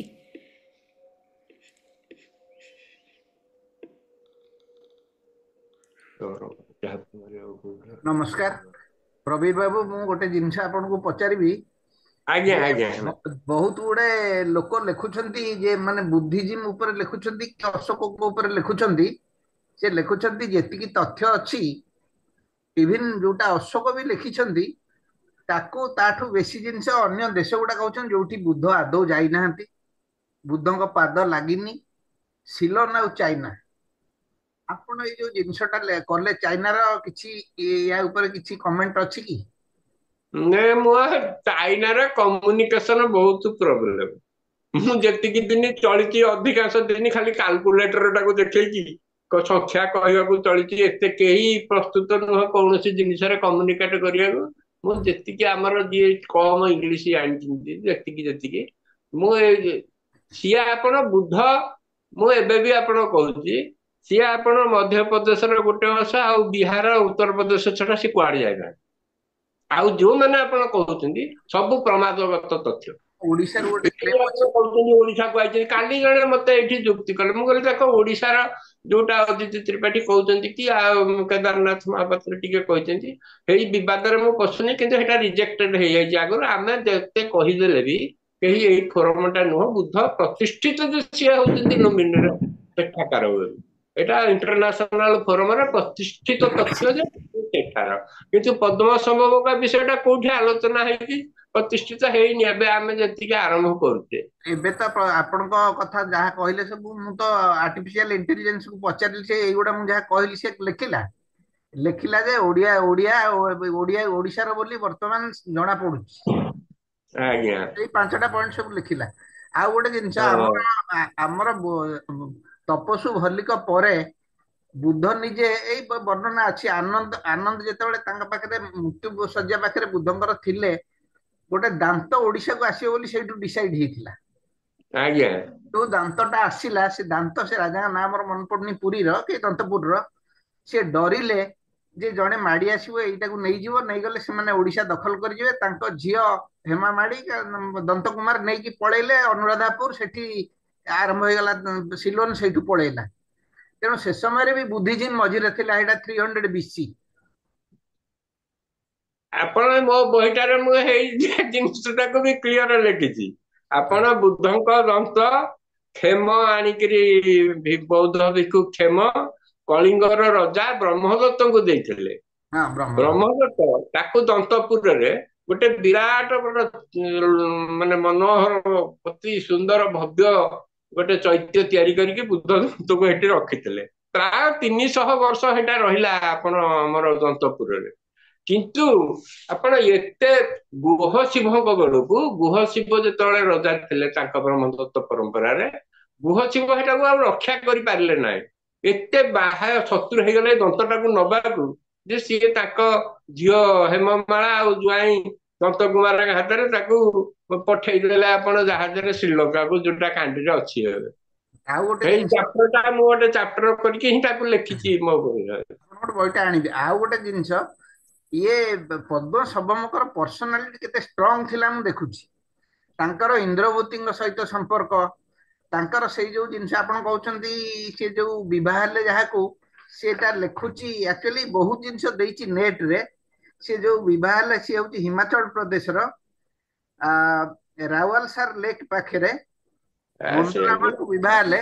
ସିଏ ତାଙ୍କର କେମିତି ପର୍ସନାଲିଟି, ସିଏ ଯାଇକି ସେଠି ପହଞ୍ଚିବା ପରେ ତିବ୍ବତରେ ସିଏ ଆଗ ଦେଖିଲେ ଯେ ସେମାନଙ୍କର ଡେଇଟି ମାନଙ୍କୁ ନେଇଗଲେ, ଏଇମାନେ ସବୁ ହଉଛନ୍ତି ଯେ ବୌଦ୍ଧ ଧର୍ମରେ ସେମାନେ ତାଙ୍କୁ କରିବା ପାଇଁ ସେ ତନ୍ତ୍ର ମନ୍ତ୍ର ଆଉ ତାପରେ ଆଉ ଗୋଟେ କଣ ଜିନିଷ ଥିଲା, ଏଇ ତିନିଟା ଯାକ ଜିନିଷରେ ସେ ଏମିତି ଲୋକମାନଙ୍କୁ ବଶ କରିନେଲେ ଯେ ସେମାନେ ସବୁ ତାଙ୍କୁ 8ଟା ଗୁରୁ ନାଁରେ ଦଉଛନ୍ତି। ସିଏ ଗୋଟେ ଆସିଥିଲେ, ପୁଣି ସିଲୋନ ଆସିଥିଲେ, ସେଠୁ ଡେମନ ମାନଙ୍କୁ ହଟେଇଲେ। ଏମିତି ସବୁ ଏତେ ତାଙ୍କ ପର୍ସନାଲିଟି। ଆପଣ ଲିଜେଣ୍ଡ ଶ୍ରୀଲଙ୍କା କଥା କହୁଥିଲେ ଏବେ ଆମର ନାଳନ୍ଦାରେ ଶ୍ରୀଲଙ୍କା ବାଲା ପ୍ରେଜେଣ୍ଟେସନ କଲେ ପଦ୍ମ ସମ୍ଭବ ଯାଇଛନ୍ତି ଏଠିକି ଶ୍ରୀଲଙ୍କା। ଆଉ କେତେ ଜଣେ ଏବେ ଲେଖିଥିଲେ, ଆପଣ ମୀନା ମହାରଣା ଲେଖିଛନ୍ତି ନା, ସିଏ ଯାଇଥିଲେ ବର୍ମା। ସିଏ ମୂଳରୁ କୁଆଡେ ଯାଇନାହାନ୍ତି। ଆପଣ ସିଏ ମୁଁ ଯେତିକି ମୋର ଆପଣ ହଉଛି ହିଷ୍ଟ୍ରି, ମୁଁ ବେଶୀ ଲିଜେଣ୍ଡକୁ ନେଇନାହିଁ। ଆପଣ ଯୋଉ ଇଣ୍ଟରନେଟରେ ଯେତେ ଜିନିଷ ଦେଖିବେ ଅଧିକାଂଶ ହଉଛନ୍ତି ଫଲ୍ସ ଆଉ ଲିଜେଣ୍ଡାରୀ ବେପାର। ଏଗୁଡାକ ଉପରେ ମୋର କିଛି ସାମାନ୍ୟତମ ଭରସା ନାହିଁ କି ମୁଁ ପ୍ରେଫର କରିନି ମୂଳରୁ ଇଣ୍ଟରନେଟ ତଥ୍ୟକୁ। କେବଳ ଆପଣ ଯୋଉଟା ରେକର୍ଡେଡ ହେଇଛି, ଯୋଉଟା ଏଷ୍ଟାବ୍ଲିଶ୍ଡ ପବ୍ଲିକେସନ ହିଷ୍ଟ୍ରିର, ମୁଁ 300 କହିଲେ ମତେ ନିହାର ହବ। ମୁଁ 700 ବହି ରେଫର କରିଛି। ଆଉ 700 ଯାକ ମୁଁ ଯେତେ ରେଫର କରିଛି ସବୁର ଫାଷ୍ଟ ରେଫରେନ୍ସ ଦେଇଛି। ମୋ ସବୁ ବହି ମୁଁ ସଂଗ୍ରହ କରିକି କୌଣସି ମତେ ଗୋଟେ କଥା ମୁଁ ଦେଇଥିଲି ନବୀନ ସାହୁଙ୍କ ବହିରୁ। ମତେ ଆଉ ଗୋଟେ ଏମିତି ଜଣେ ବଡ ଆର୍କିଓଲୋଜିଷ୍ଟ ଆପଣ ମତେ ଏମିତି ଭ୍ରମିତ କରିଦେଲେ ଯେ ମୁଁ ସେଇ ବହିଟା 8 ଥର ପଢିଲି ମଧ୍ୟ କିଛି ପାଇଲିନି। ଯୋଉ ରେଫରେନ୍ସ ଦେଲା ବେଳେ କନଫ୍ୟୁଜ କରୁଛନ୍ତି ଯୋଉମାନେ, ଯେତେବେଳେ ପାଉନାହାନ୍ତି କିଛି ଆପଣ ବହିଟାକୁ ଖାଲି ନାଁଟେ ଦେଇ ଦଉଛନ୍ତି। ମୁଁ ଆପଣ ଯେତେ ଗୋଟିଏ ଜିନିଷ ନବୀନ ସାହୁଙ୍କ ଉପରେ ବିଶ୍ୱାସ କରିକି ତାଙ୍କ ବହିରୁ ଫାଷ୍ଟ ରେଫରେନ୍ସ ନ ଦେଇକି ସେକେଣ୍ଡ ରେଫରେନ୍ସ ଗ୍ରହଣ କରିଥିଲି। ପରେ ଏହି ବହିଟା ଆପଣ 50 ମସିହା ବେଳେ ନେପାଳରେ ଛପା ହେଇଥିଲା, ବୁଦ୍ଧିଷ୍ଟ ସାଂସ୍କ୍ରିଟ ଇନସ୍କ୍ରିପସନ ଇନ୍ ନେପାଳ। ଏଇ ବହିଟା ଆଉ ନଥିଲା। ତେଣୁ ମୁଁ ଏଇ ବହିର ତଥ୍ୟ ଯେ ମୁଁ ବିରଜା କ୍ଷେତ୍ରରେ ଉଡିଆନରେ ଜନ୍ମ ହେବି ଆଉ ବିରଜା କ୍ଷେତ୍ରରେ ବୁଦ୍ଧି ଏନଲାଇଟନମେଣ୍ଟ ପାଇବି, ଏଇ ଯୋଉ ବିଷୟଟା ସେଟା ସେଇ ଇନସ୍କ୍ରିପସନରେ ଅଛି, ନେପାଳ ଇନସ୍କ୍ରିପସନରେ। ଏଇଟା ନବୀନ ସାହୁ ଲେଖିଥିଲେ। ମୁଁ ଏଇଟାକୁ ଫାଷ୍ଟ ରେଫରେନ୍ସ ବହି ନ ଦେଖିକି ଦେଲି। ମୋ ଯୋଗକୁ ଏଇ 24 ମସିହାରେ ହିଁ ମୁଁ ଏଇ ଅରିଜିନାଲ ବହିଟା ଏବେ ପାଇଲି। ତେଣୁ ଏଇ ଗୋଟିକ ମାତ୍ର ମୁଁ ଭରସା କରିକି ଦେଇଥିଲି ସେକେଣ୍ଡ ରେଫରେନ୍ସକୁ। ମୁଁ ସବୁତକ ଯାହା ଦେଇଛି, କାହିଁକି ନା ଏଟା ଯେହେତୁ ଚ୍ୟାଲେଞ୍ଜିଂ ଜିନିଷଟା, ଇଣ୍ଟରନ୍ୟାସନାଲ କଣ୍ଟ୍ରୋଭର୍ସି, ଆଉ ମୁଁ ମୂଳରୁ ଆପଣ କୌଣସି ଲିଜେଣ୍ଡକୁ ଯାଇନା। ମୁଁ ଯେତିକି ତଥ୍ୟ ପାଇଛି ତାକୁ ହିଁ କେବଳ ରେଫର କରୁଛି। ଇଣ୍ଟରନେଟ ମୁଁ ଜମା ଦେଖି ହିଁ ନାହିଁ ହେଇ ମୋ ବହି ଲେଖିଲା ବେଳେ, କାରଣ ମୋର ବିଶ୍ୱାସ ନାହିଁ। ବହୁତ ଧନ୍ୟବାଦ ସାର୍। ସାର୍ ଆପଣଙ୍କର ଆଉ କିଛି ପ୍ରଶ୍ନ ଥିଲା ନା ଆମେ ଆଗକୁ ବଢ଼ିବା? ଆଜ୍ଞା, ଧନ୍ୟବାଦ ଇନ୍ଦ୍ରମଣି ସାର୍। ମୁଁ ଆଉ ଦୁଇ ଜଣ ସଦସ୍ୟଙ୍କର ଭିଡ଼ିଓ ଅନ୍ ଦେଖିଥିଲି କିଛି ସମୟ ପୂର୍ବରୁ। ବୋଧ ହୁଏ ଶୁଭ୍ରାଂଶୁ ମହାପାତ୍ର ବାବୁ କି ସୁଧାଂଶୁ ପାଢ଼ୀ ବାବୁଙ୍କର ଦେଖିଥିଲି। ଆପଣମାନଙ୍କର କିଛି ବକ୍ତବ୍ୟ ଅଛି? ଆଜ୍ଞା, ଶୁଭ୍ରାଂଶୁ ମହାପାତ୍ର ବାବୁ ଆପଣ କୁହନ୍ତୁ।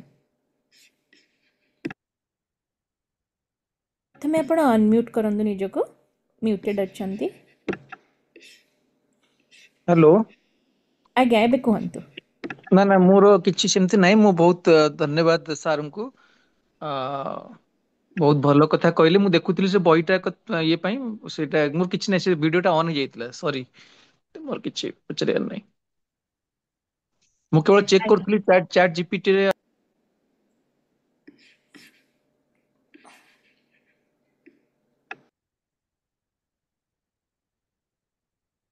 ଆପଣ ପୁଣି ମ୍ୟୁଟେଡ୍ ହେଇଯାଇଛନ୍ତି। ନାଇଁ, ମୁଁ କହୁଥିଲି ଯେ ମୁଁ ଏବେ ପଚାରୁଥିଲି ଚାଟ୍ ଜିପିଟି ଆଉ ଲାମାରେ, ଆମର ଏଆଇ ଟୁଲ୍ସରେ, ସେ ଏବେ ବି ଆନ୍ସର ଦଉଛି ଯେ ପଦ୍ମସମ୍ଭବଙ୍କର ଜନ୍ମସ୍ଥାନ ହଉଛି ସ୍ୱାତ ଭ୍ୟାଲି। ଦିଟା ଯାକ ଟୁଲ୍ କହୁଛି। ସେଇଟା ଜଷ୍ଟ ଚେକ୍ କରୁଥିଲି। ଏଇଟା ଆମକୁ କିଛି କାମ କରିବାକୁ ପଡେ ତାକି ଆମକୁ ସେଟା ଓଡିଶାରେ ବୋଲି ଦେଖିବାକୁ ପଡିବ। ମୋର କିଛି କ୍ୱେଶ୍ଚିନ୍ ନାହିଁ, ସରି, ସେଟା ମୋର, ମୁଁ ସେଟା ଭିଡିଓଟା କେମିତି ବନ୍ଦ କରିବି ସେଟା ଚେକ୍ କରୁଛି। ଯେହେତୁ ଅଛି, ଯାହାକୁ ପଚାରିଲେ ଆପଣ ୱିକିପେଡିଆ ତଥ୍ୟଟାକୁ ଦେବେ। ସେଇ କଥା ଆମ ଟାର୍ଗେଟ ହଉଛି ୱିକିପେଡିଆରୁ ଏଟାକୁ ହଟେଇବାକୁ। ନାଇଁ, ଅନିତା ଆକ୍ଚୁଆଲି ସେଇ ବିଷୟରେ ବହୁତ ଥର ଏବେ ଚାଟ୍ରେ ଲେଖୁଛନ୍ତି କି ଏଆଇ ଆକ୍ଚୁଆଲି ଯାହା ସବୁ ପବ୍ଲିଶ୍ଡ ଅଛି ଇଣ୍ଟରନେଟ୍ର ଆର୍ଟିକଲ୍ସ କି ବାକି ସବୁ ଜିନିଷକୁ ହିଁ ତଥ୍ୟ ଉପରେ ରିଲାଏ କରେ।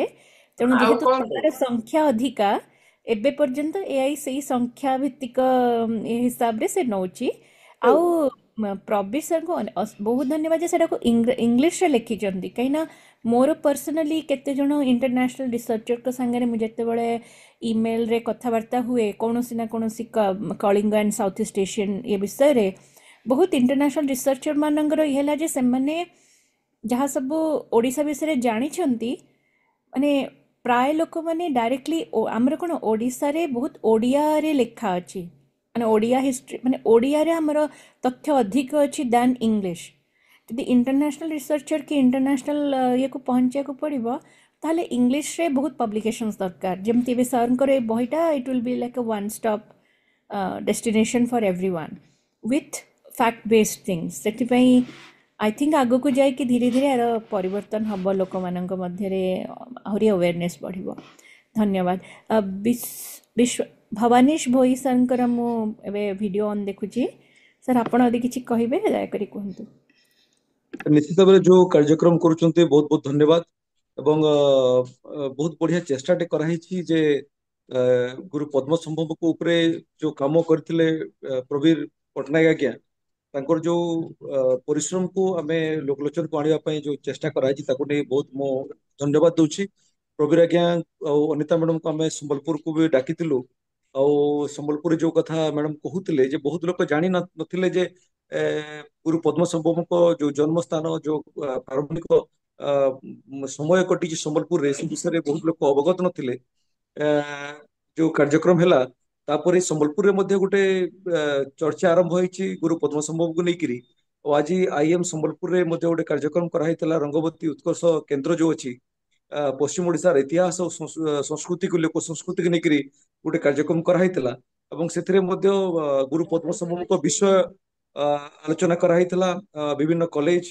रो विश्वविद्यालय रो जो छात्र मान अछंती गवेषक मान अछंती से माने शामिल होइतिले और जितेबाला गुरु पद्म संभव को इंद्रभूति लक्ष्मीकरांक विषय आलोचना करागला प्राय लोक प्राय छात्र छात्री से विषय अवगत नथिले किंतु कार्यक्रम हेबा परे अनेक लोक तार सूचना पाइछंती तेणु आमे आशा करूछु आगामी दिन रे लक्ष्मीकरा इंद्रभूति और गुरु पद्म संभव को नहीं संबलपुर रे मध्य अनेक कार्यक्रम हेबो एवं आपण मानकु समस्त को आमे आशा करूछु एतरे सहयोग करिवे प्रवीर आज्ञा अनिता मैडम तो आम सहित रही बारंबार सहित आलोचना भी होउची आकु भी आमे आशा करूछु ए दिगरे आमे अनेक किछि करि परिबा विशेष करी पश्चिम ओडिशा रे बुद्धिज्म को लेकरी अनेक जिनस अनेक स्थान अच्छी जार प्रचार प्रसार हेबार आवश्यकता रही गनियापल्ली ठू आरंभ करी संबलपुर झारसुगुड़ा ठू आरंभ करी बहुत पर्यंत बहुत स्थान अच्छी जहाँ बुद्धिज्म रो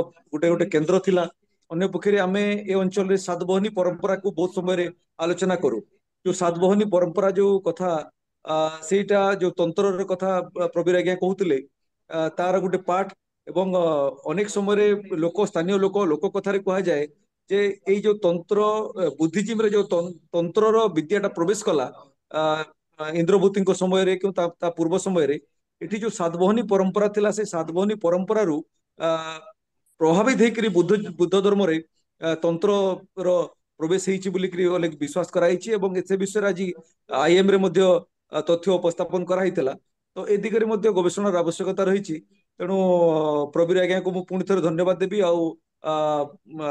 अतुल आज्ञा आमर जो अच्छा गंगाधर मेहर विश्वविद्यालय जो इतिहास विभाग मुख्य से भी ए विषय आलोचना करुले तो अनेक जिनस कर बाकी अच्छी एवं जहाँ अनेक प्रश्न थिला जे एते दिन पर्यंत केमती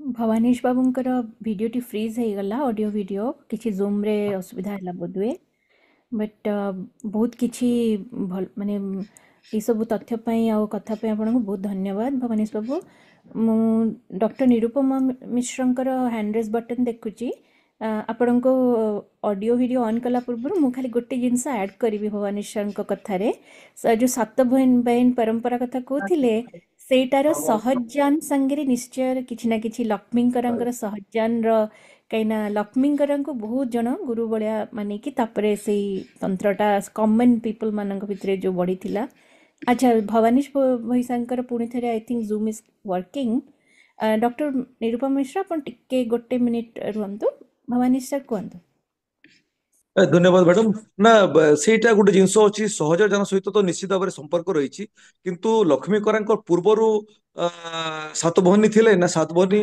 लक्ष्मीकरा समय आसिले से विषय तथ्यर टिके गवेषणा आवश्यकता रही କାହିଁକି ନା କିଛି ଗବେଷକ କହୁଛନ୍ତି ଯେ ସାତଭଉଣୀ ପରମ୍ପରା ଯୋଉ ରହିଛି ଏଇଟା କୁମାରୀପାଟଣା ଅଞ୍ଚଳରେ ଆଗରୁ ଥିଲା, ପ୍ରାୟ ସପ୍ତମ ଶତାବ୍ଦୀର ପ୍ରାରମ୍ଭରେ ଥିଲା ବୋଲିକି କୁହାଯାଏ। ତ ଏ ବିଷୟରେ ଗବେଷଣାର ଆବଶ୍ୟକତା ରହିଛି।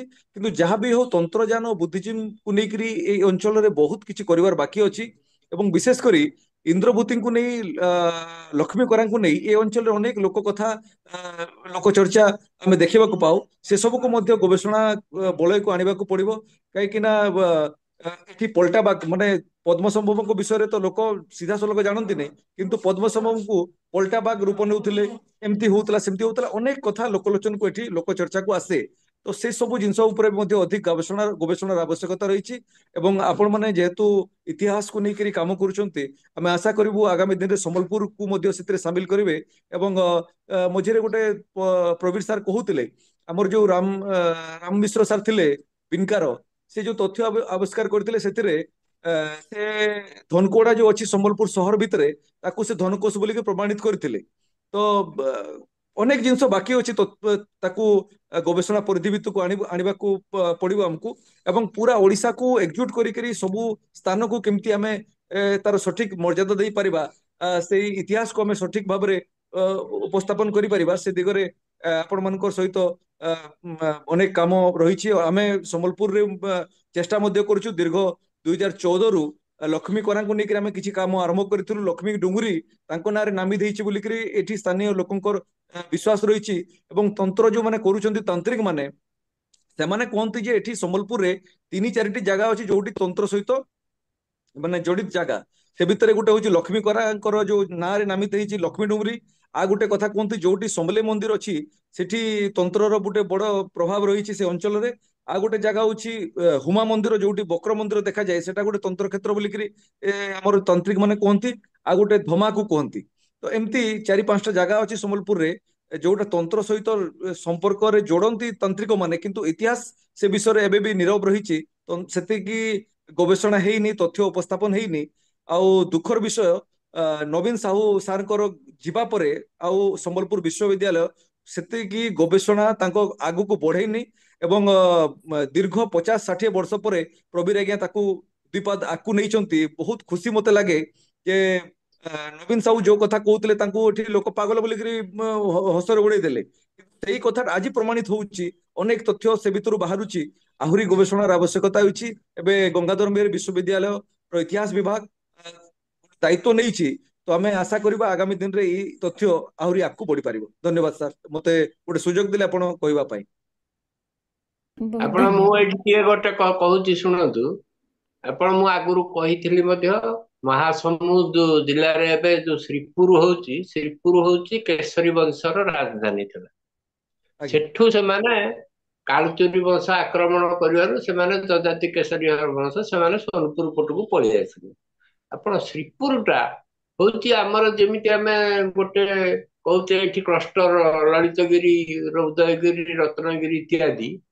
ଶ୍ରୀପୁରଟା ହଉଛି ଆପଣ ବଜ୍ରଯାନର ଗୋଟେ ବଡ କେନ୍ଦ୍ର। ଆପଣଙ୍କର ଅସଂଖ୍ୟ ବୌଦ୍ଧ କୀର୍ତ୍ତି ସେଠି, ଆପଣ ଯେମିତି ରତ୍ନଗିରି, ଉଦୟଗିରି ଇତ୍ୟାଦି, ସେଠି ଏକାଧିକ ବିହାର ଏଣ୍ଟାୟାର ଶ୍ରୀପୁର ଠାରୁ ପୁରା ଏକ୍ସାଭେସନ ସରିଲାଣି।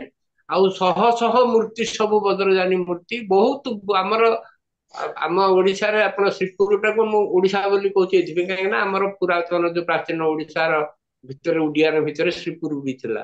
ଆପଣ ଦିଟା ଆଜ୍ଞା ହୋଡ ମିଳିଛି ବଜ୍ରଯାନୀ ମୂର୍ତ୍ତିର ବ୍ରୋଞ୍ଜ ମୂର୍ତ୍ତି। ଗୋଟେ ହଉଛି ଆମ ବାଣପୁରରୁ 100 ଶତାଧିକ, ଆଉ ଗୋଟେ ହଉଛି ହୋଡ ମିଳିଛି 1 ଶତାଧିକ ହଉଛି ଶ୍ରୀପୁରରୁ। ତେଣୁ ଆପଣ ଯେତେବେଳେ କେଶରୀ ବଂଶ ବାଲା ପଳେଇ ଆସିଲେ ଯାଜପୁରକୁ, ତାଙ୍କର ସୋନପୁର ଅଞ୍ଚଳକୁ, ଆପଣ ସେଟା ହଉଛି ତନ୍ତ୍ରର କେନ୍ଦ୍ର ଥିଲା ଆପଣ ଶ୍ରୀପୁରଟା। ଆପଣ ସେପଟୁ ବି ଆସିଲା ସୋନପୁରକୁ। ତାପରେ ମୁଁ ପ୍ରଥମରୁ କହିଲା ବେଳକୁ କହିଛି, ଆପଣ ତନ୍ତ୍ରଟା ଯୋଉ ତାର ମୂଳ ପ୍ରଥମ ଶତାବ୍ଦୀ ବେଳୁ ଆପଣ ଗୁହ୍ୟ ଆକାରରେ ଭିତରେ ଭିତରେ ଥିଲା, ଯୋଉଟା ଚତୁର୍ଥ ଶତାବ୍ଦୀର ଅଶୋକ ଏଟାକୁ ସିଷ୍ଟମାଟିକ କଲେ ଗୁହ୍ୟ ସମାଜ। ଆଉ ଏଇଟା ଗୋଟେ ଯାନ ହିସାବରେ ଅଷ୍ଟମ ଶତାବ୍ଦୀରେ ହେଲା। ତାର ତ ଯେ ଅଷ୍ଟମ ଶତାବ୍ଦୀରୁ ତନ୍ତ୍ର ଆରମ୍ଭ ହେଲା ନୁହେଁ, ହୁଁ ତନ୍ତ୍ରଟା ଆଗରୁ ଅଛି ଭିତରେ ଅଣ୍ଡର କରେଣ୍ଟ। ଏଇଟାକୁ ଆପଣ 2 ଜଣ ଯାକ ଭାଇ ଭଉଣୀ ଦିଟା ଯାନ ହିସାବରେ କଲେ। ଆଉ ଲକ୍ଷ୍ମୀଙ୍କର ଯୋଉ ହଉଛନ୍ତି, ଆପଣ ମୁଁ ଲେଖିଛି ଏଥିରେ 7 ଭଉଣୀ କଥା। ଆପଣ ସେଇ ଭଉଣୀକୁ ନେଇକି ହିଁ ଆମର ଇଭିନି ପୁରୀରେ ବି ସେମାନଙ୍କର ଅଛି ପ୍ରତିଷ୍ଠା 7 ଭଉଣୀଙ୍କର ପୁରୀ ଗଜପତିଙ୍କ ଆମ ପୁରୀ ବଂଶ ସାଙ୍ଗରେ। ଏଇ ତନ୍ତ୍ରଟା ଆପଣ ସୋନପୁର ପାଟଣାଗଡ଼ ବଲାଙ୍ଗୀର ସେପଟ ଅଞ୍ଚଳଟା ଆପଣ ତନ୍ତ୍ରର ଗୋଟେ କେନ୍ଦ୍ର ଥିଲା।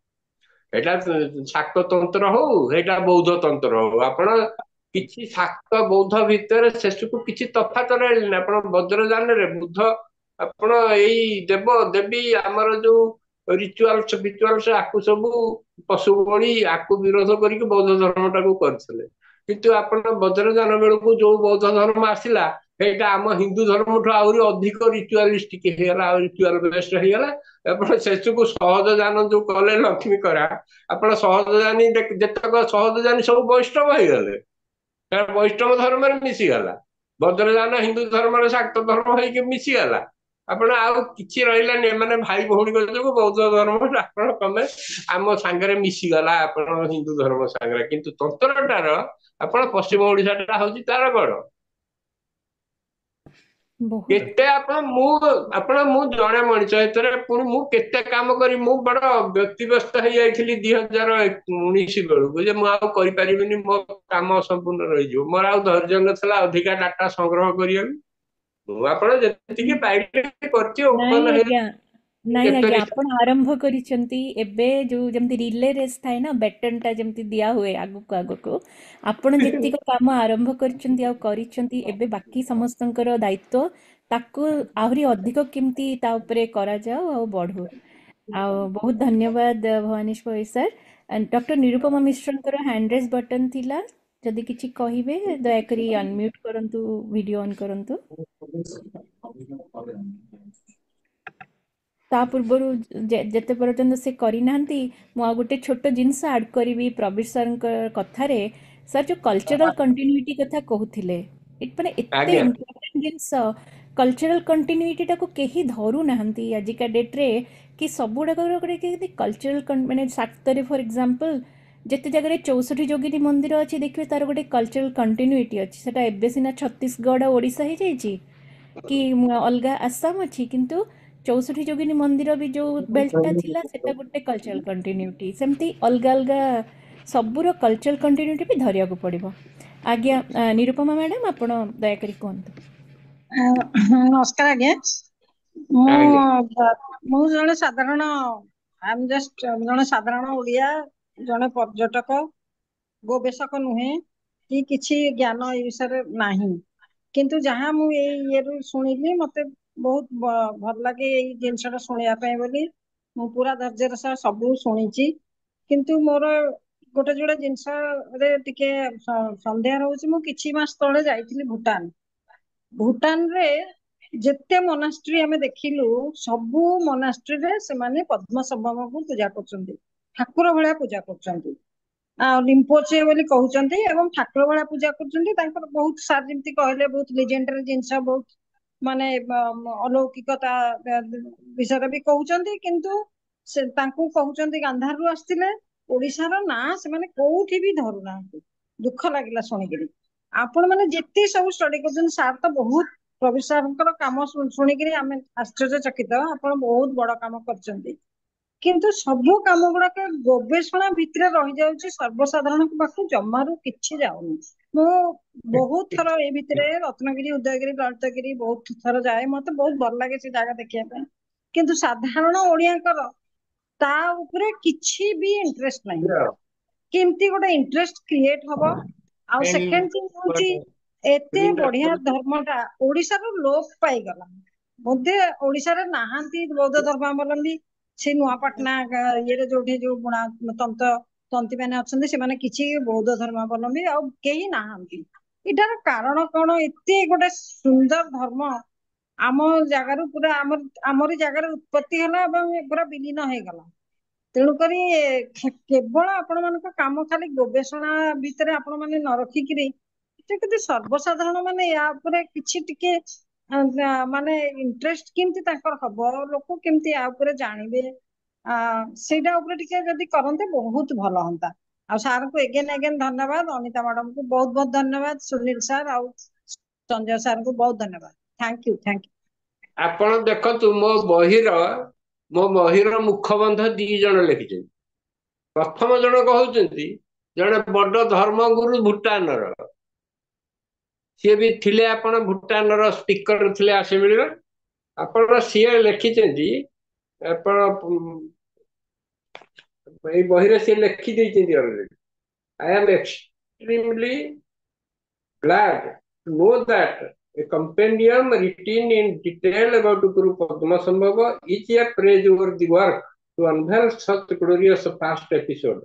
And Odia scholar, Mr. Praveen Kumar Patnaik of Odian past. ଆଉ କଣ ଲେଖିବେ? Of Odian past. The homeland of Guru Padmasambhava has come forward to highlight the issue. ସେ କ୍ଲିୟର ସ୍ୱୀକାର କରିଦେଇଛନ୍ତି ପଦ୍ମ ସମ୍ଭବ ହଉଛନ୍ତି ଓଡିଶାର ବୋଲି। ଆପଣ ଜିନିଷଟା ମୁଁ କାମ ଛାଡିଲି 2010ରୁ। ମୋର 15 ବର୍ଷ, ଆପଣ 2025 ପର୍ଯ୍ୟନ୍ତ ମୋର 15 ବର୍ଷ ପଳେଇଲା ଏବଂ ମୋ ଦେହ ଭଲ ନାହିଁ। ମୁଁ ଜଣେ ସିକ୍ ଲୋକ କହିବାକୁ ଗଲେ, ମୋ ଅସୁସ୍ଥ ମଧ୍ୟ। ମୁଁ ବେଶୀ ପରିଶ୍ରମ କରିପାରିବିନି, ଘରୁ କୁଆଡେ ଯାଇପାରିବିନି, ମତେ ମନା ଘରୁ ବାହାରିବାକୁ ଡାକ୍ତରଙ୍କର। ତେଣୁ ମୁଁ ଏବେ ଗୋଟେ ଟୁଲ କରିକି ସମସ୍ତଙ୍କ ପାଖରେ ଦେଇଦେଲି। ଆପଣଙ୍କର ସମସ୍ତଙ୍କର ଏଇଟା କମନ ଇଣ୍ଟରେଷ୍ଟ, ଆଉ ସମସ୍ତଙ୍କର ଉଦ୍ୟମ ହଉ, ସମସ୍ତେ ଆହୁରି ଅଧିକା ରିସର୍ଚ୍ଚ ହଉ, ଆହୁରି ଅଧିକ ବ୍ୟାପକତା ହଉ। ଆପଣ ଇଣ୍ଟରନ୍ୟାସନାଲି ମାନେ ହାଇ ଲେବୁଲରେ ଅଲରେଡି ସମସ୍ତେ ପ୍ରାୟ ସେନ୍ସିଟାଇଜ। ଆଉ ତ ଏଇଠି ଆପଣଙ୍କୁ ଭୁଟାନ କଥା ଆପଣ କହୁଛନ୍ତି, ସାଧାରଣ ଲୋକ କେମିତି ପ୍ରଚାର ହେଲେ ସିନା ହବ। ଆପଣ ବହି ଆପଣ ଦିଆହେଇଛି 10ଟା ଯାଇଛି ବହି ନେଇଛନ୍ତି, ସେ ସ୍ପିକର ସେ ସବୁ ଯେତେ ବଡ ବଡ ମୋନାଷ୍ଟ୍ରି ଅଛି ସବୁଠିକି ଦିଆହେଇଛି, ସେମାନେ ତାକୁ ଷ୍ଟଡି କରିକି ପ୍ରଚାର ପ୍ରସାର କରିବେ। ଆପଣ ମୁଁ କିଛି କରିପାରିବିନି। ଆଉ ମୋର ଆପଣ କାର୍ଯ୍ୟ ସୀମିତ। ମୁଁ କହୁଛି କୁଆଡେ ଘରୁ ବାହାରକୁ ଯିବାକୁ। ଆପଣ ମୁଁ ଗଲି 3 ଦିନ ସମ୍ବଲପୁର, ଫେରିକି 8 ଦିନ ମୋର ଦରକାର ରେଷ୍ଟ, ମୋ ବଡିକି ମ୍ୟାନେଜ କରିବାକୁ। ସାର୍, ଆପଣଙ୍କ ଅନୁମତି ନେଇକି ମୁଁ ଏଠି ଗୋଟେ କଥା କହିବା ପାଇଁ ଚାହୁଁଛି। ନିରୁପମା ମିଶ୍ର ମ୍ୟାଡାମ ଗୋଟେ ସୁନ୍ଦର ପ୍ରଶ୍ନର ଉତ୍ଥାପନ କରିଛନ୍ତି। ଆପଣ ଆରମ୍ଭରୁ ମାନେ ଏପର୍ଯ୍ୟନ୍ତ ବାରମ୍ବାର କହି ଆସିଛନ୍ତି ଯେ ଏଇଟା ଗୋଟେ ସାମୂହିକ ପ୍ରଚେଷ୍ଟା। ଆପଣ ବହୁତ ବଡ କାମଟେ ୟାର ଆପଣ କରିଦେଇଛନ୍ତି। ବର୍ତ୍ତମାନ ଆମେ ଓଡିଆ ମାନେ ୟାକୁ ଆମର ଯେତେ ଜଣ ଲୋକଙ୍କ ପାଖରେ ଆମେ ଏ ତଥ୍ୟଟି ପହଞ୍ଚାଇବା, ଆମର ଆଜ୍ଞା ବ୍ୟାପକ ହବ। ଏବଂ ଏ ବାବଦରେ ଆମ ଓଡିଆ ଜନସାଧାରଣ ମାନେ ଭାରି ବିତସ୍ପୃହ। ମୁଁ ବହୁତ ଦୁଃଖର ସହିତ କଥା କହିବା ପାଇଁ ମତେ ପଡୁଛି। ଆମ ବିଷୟରେ ପଦେ କହିବା ପାଇଁ, ପଦେ ମାନେ ପ୍ରଚାର ପ୍ରସାର କରିବା ପାଇଁ ଆମେ ବହୁତ ବିତସ୍ପୃହ। ଅଥଚ ଅନ୍ୟର କଥାକୁ ଆମେ ବହୁତ ଶୀଘ୍ର ଗ୍ରହଣ କରୁଛୁ, କିନ୍ତୁ ଆମ କଥା ଅନ୍ୟମାନଙ୍କୁ ଶୁଣିବା ପାଇଁ ବା କହିବା ପାଇଁ ଆମେ ଟିକେ ସଦାବେଳେ ପଛୁଆ। ଆଶା କରୁଛି ଆଜି ଆଜି ସରସ୍ୱତୀ ପୂଜାରେ ଆମେ ଏଠି ଯେତେକ ଜଣ ଉପସ୍ଥିତ ଅଛନ୍ତି, ବହୁତ ଜଣ ଏଠି ଆମେ ଅଛନ୍ତି, ଆମ ସମସ୍ତଙ୍କର ଆଗ୍ରହ ସେଇଟା ଗୋଟେ ପ୍ରତିଫଳନ ବୋଲି କୁହାଯାଇପାରେ। ଅନ୍ତତଃ ପକ୍ଷେ ଏଇ ଯୋଉ ବିଷୟଟିକୁ ଆମେ ଚେଷ୍ଟା କରିବା ଆମ ଚାରି ପାଖରେ ଯେତେ ଦୂର ସମ୍ଭବ ଆମେ ୟାକୁ ବ୍ୟାପକ ଭାବେ ପ୍ରଚାର ଓ ପ୍ରସାର କରିବା। ତେଣୁ ଆପଣଙ୍କୁ ଆଉ ଅନିତା ମ୍ୟାଡାମ ଉଭୟଙ୍କୁ ଧନ୍ୟବାଦ। ମାନେ ସିଏ ଆପଣଙ୍କ ସହିତ ସଦାବେଳେ ଠିଆ ହେଇଛନ୍ତି, ସେଇଟା ବହୁତ ବଢିଆ କଥା ଗୋଟେ। ତେବେ ମୁଁ ପୁଣି ଆଉଥରେ ଦାୟିତ୍ୱ ହସ୍ତାନ୍ତର କରିବି ପ୍ରୀତାଙ୍କୁ। ଧନ୍ୟବାଦ ସାର୍। ଯାହା ସୁନୀଲ ବାବୁ କହିଲେ, ଯାହା ସୁନୀଲ ସାର୍ କହିଲେ କି ଆଜି ସରସ୍ୱତୀ ପୂଜା ଭଳିଆ ଦିନ, ମା ବାଗଦେବୀଙ୍କ ଦିନ। ମା ବାଗଦେବୀ ସମସ୍ତଙ୍କ କଣ୍ଠରେ ଆସନ୍ତୁ ଆଉ ସମସ୍ତଙ୍କୁ ଅନୁପ୍ରାଣିତ କରନ୍ତୁ ଆମ ଓଡ଼ିଆମାନଙ୍କୁ। ଏବେ ପରବର୍ତ୍ତୀ ପ୍ରଶ୍ନକୁ ଗଲା ପୂର୍ବରୁ ମୁଁ କେତୋଟି ଏଇ ଯେଉଁ କମେଣ୍ଟ ଅଛି ଚାଟ୍ ବକ୍ସରେ ପଢ଼ିବାକୁ ଚାହୁଁଛି। ସୁଧାଂଶୁ ପାଢ଼ୀ ସାର୍ ଲେଖିଛନ୍ତି, excellent discussion. I am associated with ଉଦୟଗୀ Buddha Mahotsav Samiti Jajpur. First time we listened about Guru Padmasambhava after the international chanting ceremony. Thanks Sri Pravi Patnaik for writing such a good book on Guru Padmasambhava. ଟିକେ ରହନ୍ତି। ଆପଣ ଉଦୟଗିରି ବୁଦ୍ଧ ମହୋତ୍ସବ ସମିତିର ଏଇ ବର୍ଷ ଆପଣ ତାଙ୍କର ହେଇଥିଲା ଯୋଉ 2024ର ପ୍ରୋଗ୍ରାମ, ତା ଉଦ୍ଦେଶ୍ୟରେ ତାଙ୍କର ଗୋଟେ ସ୍ମରଣିକା ବାହାର କରିଥିଲେ। ଏଥିରେ ମୋର ଗୋଟେ ବଡ ଲମ୍ବା ଆର୍ଟିକଲ ଅଛି ପଦ୍ମସମ୍ଭବ ବିଷୟରେ ଇନଫର୍ମେସନ। ଏବେ ମୁଁ ଆପଣ ଯୋଉ ପ୍ରବାସୀ ଭାରତୀୟ ଦିବସ ହେଲା, ଓଡିଶା ସରକାର ଗୋଟେ ଗ୍ଲୋରିୟସ୍ ଓଡିଶା ବୋଲି ଗୋଟେ ବହିଟେ କରିଛନ୍ତି। ଏଟା ସବୁ ପ୍ରବାସୀ ଭାରତୀୟଙ୍କୁ ଶେଷ ଦିନରେ ବଣ୍ଟା ହେଇଛି। ପ୍ରାୟ 3500 ବହି ବହୁତ ସଂଖ୍ୟାରେ ଛପା ହେଇଛି, ସରକାର ଛପେଇଛନ୍ତି ଏଟା। ତାକୁ ସେଇ ବହିରେ ବି ଆପଣ ମତେ ମାଗିଥିଲେ ବୌଦ୍ଧ डायमंड ट्रायंगल हेतरे मु गुरु पद्म सम्भव विषय भर्ती करछि हेटा एकमात्र बुद्धिजीवी ऊपर एकमात्र आर्टिकल हेटा तो आपण कम से कम हमर 3500 भारतीय पाखकु पळेला देश विदेश रे थिबा ଯାହା ଏମିତି ହଉ ବିଭିନ୍ନ ବାଟ ଡେଲି ମୁଁ ଲେଖୁଛି ଆପଣ ଜୈନ ଦିନ ଏବେ ମାର୍ଗ ଏସିଆ ମାଗିଛି ଲେଖୁଛି ମୁଁ ତାକୁ ଏଇ ସଂଖ୍ୟାରେ ବାହାରିବ ଯେତେ ମୁଁ ଅନବରତ ଏଇଟା ବିଭିନ୍ନ ଖବର କାଗଜରେ ବିଭିନ୍ନ ମାଗାଜିନରେ ଯିଏ ବି ମାଗୁଛନ୍ତି ମୁଁ କାହାକୁ ଜଣକୁ ଏପର୍ଯ୍ୟନ୍ତ କୌଣସି ପୁରୁଣା ଆର୍ଟିକଲ ଦେଇନି ସମସ୍ତଙ୍କ ପାଇଁ ମୁଁ ତାଙ୍କ ଡିମାଣ୍ଡ ଅନୁସାରେ ନୂଆ ଲେଖୁଛି। ସାର୍ ଆପଣଙ୍କର କଲମ ଏମିତି ଚାଲିଥାଉ ଆପଣଙ୍କର ଏମିତି କଥା ଗୁଡ଼ିକ ଲେଖାରେ ପ୍ରକାଶ ପାଉ ଆଉ ଆପଣ ଏମିତି କହୁଥାନ୍ତୁ ଆମକୁ ଅନୁପ୍ରାଣିତ କରୁଥାନ୍ତୁ। ଏବେ ଆଉ ଗୋଟେ କମେଣ୍ଟ ଅଛି ଚନ୍ଦ୍ରା ମିଶ୍ର ମ୍ୟାଡ଼ାମଙ୍କର beautiful presentation with lot of important information thank you for doing such nice meetings. ତାପରେ ମହେନ୍ଦ୍ର କୁମାର ରାୟ ସାର୍ଙ୍କର ଗୋଟେ କମେଣ୍ଟ ଅଛି really your book on second Buddha is the rarest achievement in the history of Buddhism. You have taken immense pain in establishing the fact that Padmasambhava, the second Buddha, belonged to Odisha. So now it is the turn of the government to incorporate the truth in curriculum at different schools and college levels. ପ୍ରବିଷୟ ଆପଣଙ୍କ ପାଇଁ comment ଲେଖା ହେଇଥିଲା। ତାପରେ ସତ୍ୟବାବୁ ଲେଖିଛନ୍ତି thank you for the insightful and engaging session. It was really enlightening to learn about the topic. Thanks again for the initiative. ଏତିକି comments ଥିଲା। ବାକି ଯଦି ଆଉ କାହାର କିଛି କହିବାର ଅଛି କି ପ୍ରଶ୍ନ ପଚାରିବାର ଅଛି ଦୟାକରି ପଚାରନ୍ତୁ କାରଣ ବହୁତ ଲମ୍ବା ଡିସ୍କସନ୍ ହେଲାଣି। ପ୍ରବେଶ ସାର୍ ବି ବହୁତ ସମୟ ହେଲାଣି କହିଲେଣି ଆପଣ ନାଇଁ ନାଇଁ ନିଶ୍ଚିତ ଭଲ ଲାଗୁଛି କ୍ଳାନ୍ତ ପଚାରନ୍ତୁ ମୋ ହେଇଯିବେଣି। ଆଉ କାହାର କିଛି ପ୍ରଶ୍ନ ଅଛି ଯଦି କେହି ଅଡ଼ିଓ ଭିଡ଼ିଓ ଅନ୍ କରିବେ ତାହେଲେ ଆମେ ଆପଣଙ୍କୁ ସାର୍ ଯେତେ ପର୍ଯ୍ୟନ୍ତ ଅନ୍ୟମାନେ କରିନାହାନ୍ତି ମୁଁ ଆଜି ଯାହା ମୋର କ୍ୱେଶ୍ଚିନ୍ ଆନ୍ସର୍ର ମଡରେଟର ପଡ଼ିଛି ବୋଲି ମୁଁ ବହୁତ କ୍ୱେଶ୍ଚିନ୍ ପଚାରି ଦେଉଛି। ସାର୍ ଆଉ ଗୋଟିଏ ବହିଟେ ଥିଲା 1970 ଦଶକରେ ନା 60 ଦଶକରେ ବାହାରିଥିଲା ବୋଧହୁଏ ଚକ୍ରଧର ମହାପାତ୍ର ନା ଚକ୍ରଧର ବିଶ୍ୱକର୍ମା ହଁ ହଁ ଲେଖିଥିଲେ କପିଳବସ୍ତୁ ଆଉ କପିଳେଶ୍ୱର ବିଷୟରେ ଯେଉଁ ଜିନିଷଟି ବହୁତ ତଥ୍ୟଭିତ୍ତିକ ବହିଟିଏ ଥିଲା ତାକୁ ସିରିୟସଲି ନିଆ ହେଲାନି କିନ୍ତୁ ସିଏ କେତେ ଗୁଡ଼ିଏ ତଥ୍ୟ ତା ଦେହରେ ଦେଇଥିଲେ ଯେଉଁଟା ପଢ଼ିଲେ ଲାଗିବ ମାନେ ସତ କଥା ତ ମାନେ କାରଣ ଯଦି ଆମେ ଏବେର ଓଡ଼ିଶାକୁ ଦେଖିବା ଯେତିକ ବୌଦ୍ଧ ପ୍ରମାଣ ଏଠି ମିଳୁଛି ନେପାଳରେ ତ ସେତିକି ଜିନିଷ ନାହିଁ ଯଦି ବୁଦ୍ଧ ଜନ୍ମ ହେଇଥିଲେ ଆଉ କିନ୍ତୁ ସେଟା ଆଉ ଗୋଟେ ଅଲଗା ଟପିକ ହେଇଯିବ ଖାଲି ଜଷ୍ଟ ସେଟା ନାଇଁ ଏଇଟା ଆଲୋଚନା କରନ୍ତୁନି ଏଇଟା ଗୋଟେ ବିବାଦୀୟ ଜିନିଷ ଇଣ୍ଟରନ୍ୟାସନାଲି ଆପଣ ଆଜ୍ଞା ମୁଁ ଆମର ଉଦୟଗିରି ମହୋତ୍ସବ ଯୋଉ ହେଇଥିଲା ଏବେ ବୁଦ୍ଧିଷ୍ଟ ପ୍ରୋଗ୍ରାମ ଏଠିକି ବି ଅଦିତି ତ୍ରିପାଠୀ ଯଦି ଆମର ଫର୍ମର ଚିଫ ସେକ୍ରେଟାରୀ ଥିଲେ ସିଏ ବି ଗୋଟେ ବହି ଲେଖିଛନ୍ତି ସେଇଟାକୁ ସେ ପଠେଇଥିଲେ ବାଣ୍ଟିବାକୁ ମୁଁ ତାଙ୍କୁ କହିଲି ଡିସ୍କରେଜ କରେଇଲି ମୁଁ କହିଲି ଏଠି ପ୍ରୋବ୍ଲେମ ହେଇଯିବ ଏଠି ସମସ୍ତେ ଆପଣ ବୁଦ୍ଧଙ୍କୁ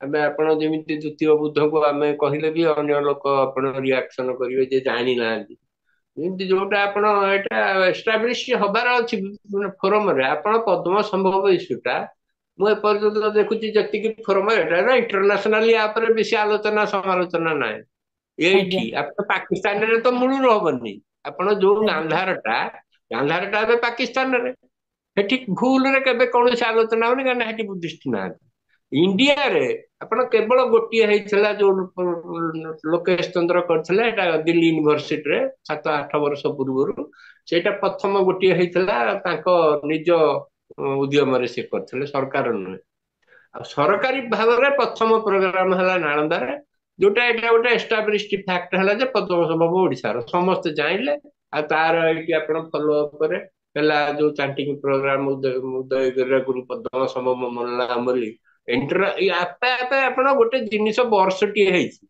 ବହିଟା ଆଜ୍ଞା ବାହାରିଲା ଗଲା ଜାନୁଆରୀରେ ଏବେ ଜାନୁଆରୀ ଆମେ କଥା ହଉଛେ ବର୍ଷେ ବି ପୁରିନି 24 ଜାନୁଆରୀରେ ବହି ଉନ୍ମୋଚନ ହେଇଥିଲା ଆପଣ ମୁଁ ମୋ ସାଙ୍ଗରେ କେବଳ ଅନିତା ଆଉ ନବକୁଞ୍ଜର ଯୋଉ ଅନୁଷ୍ଠାନ ଆପଣ ମାନେ ପୁଣି ଏଥିରେ ସାମିଲ ହେଲେଣି ମୁଁ ଆହୁରି ଖୁସି ଆଉ ଏଇ ବିଷୟରେ ପ୍ରଥମ ମୋ ସାଙ୍ଗରେ ଏଇ ବିଷୟରେ ସମ୍ପର୍କ ବହି ପ୍ରକାଶ ପୂର୍ବରୁ ଅନିତା ତାପରେ ନବକୁଞ୍ଜ ଏଇ ଦି ଜଣଙ୍କ ସାଙ୍ଗରେ ନବକୁଞ୍ଜର ଗୋଟେ ଅନୁଷ୍ଠାନ ଏଥିରେ ବି ବହୁତ ଆପଣ ଓଷା ବାଲା ବହୁତ ସମ୍ପୃକ୍ତ ଓଡ଼ିଶା ସୋସାଇଟି ଅଫ ଆମେରିକାର ପ୍ରଶାନ୍ତ ଭୂୟାଁ ଧୀରେନ୍ଦ୍ର କର ବହୁତ ଲୋକ ଆମେରିକାରୁ ସମ୍ପୃକ୍ତ ସେଥିରେ କାନାଡାରୁ ସମ୍ପୃକ୍ତ ନବକୁଞ୍ଜରରେ ସେମାନେ ବି ଆପଣ ଇଣ୍ଟରନ୍ୟାସନାଲାଇଜ ବହିଟାକୁ କରିବାରେ ବହୁତ ସାହାଯ୍ୟ ସହଯୋଗ କରୁଛନ୍ତି।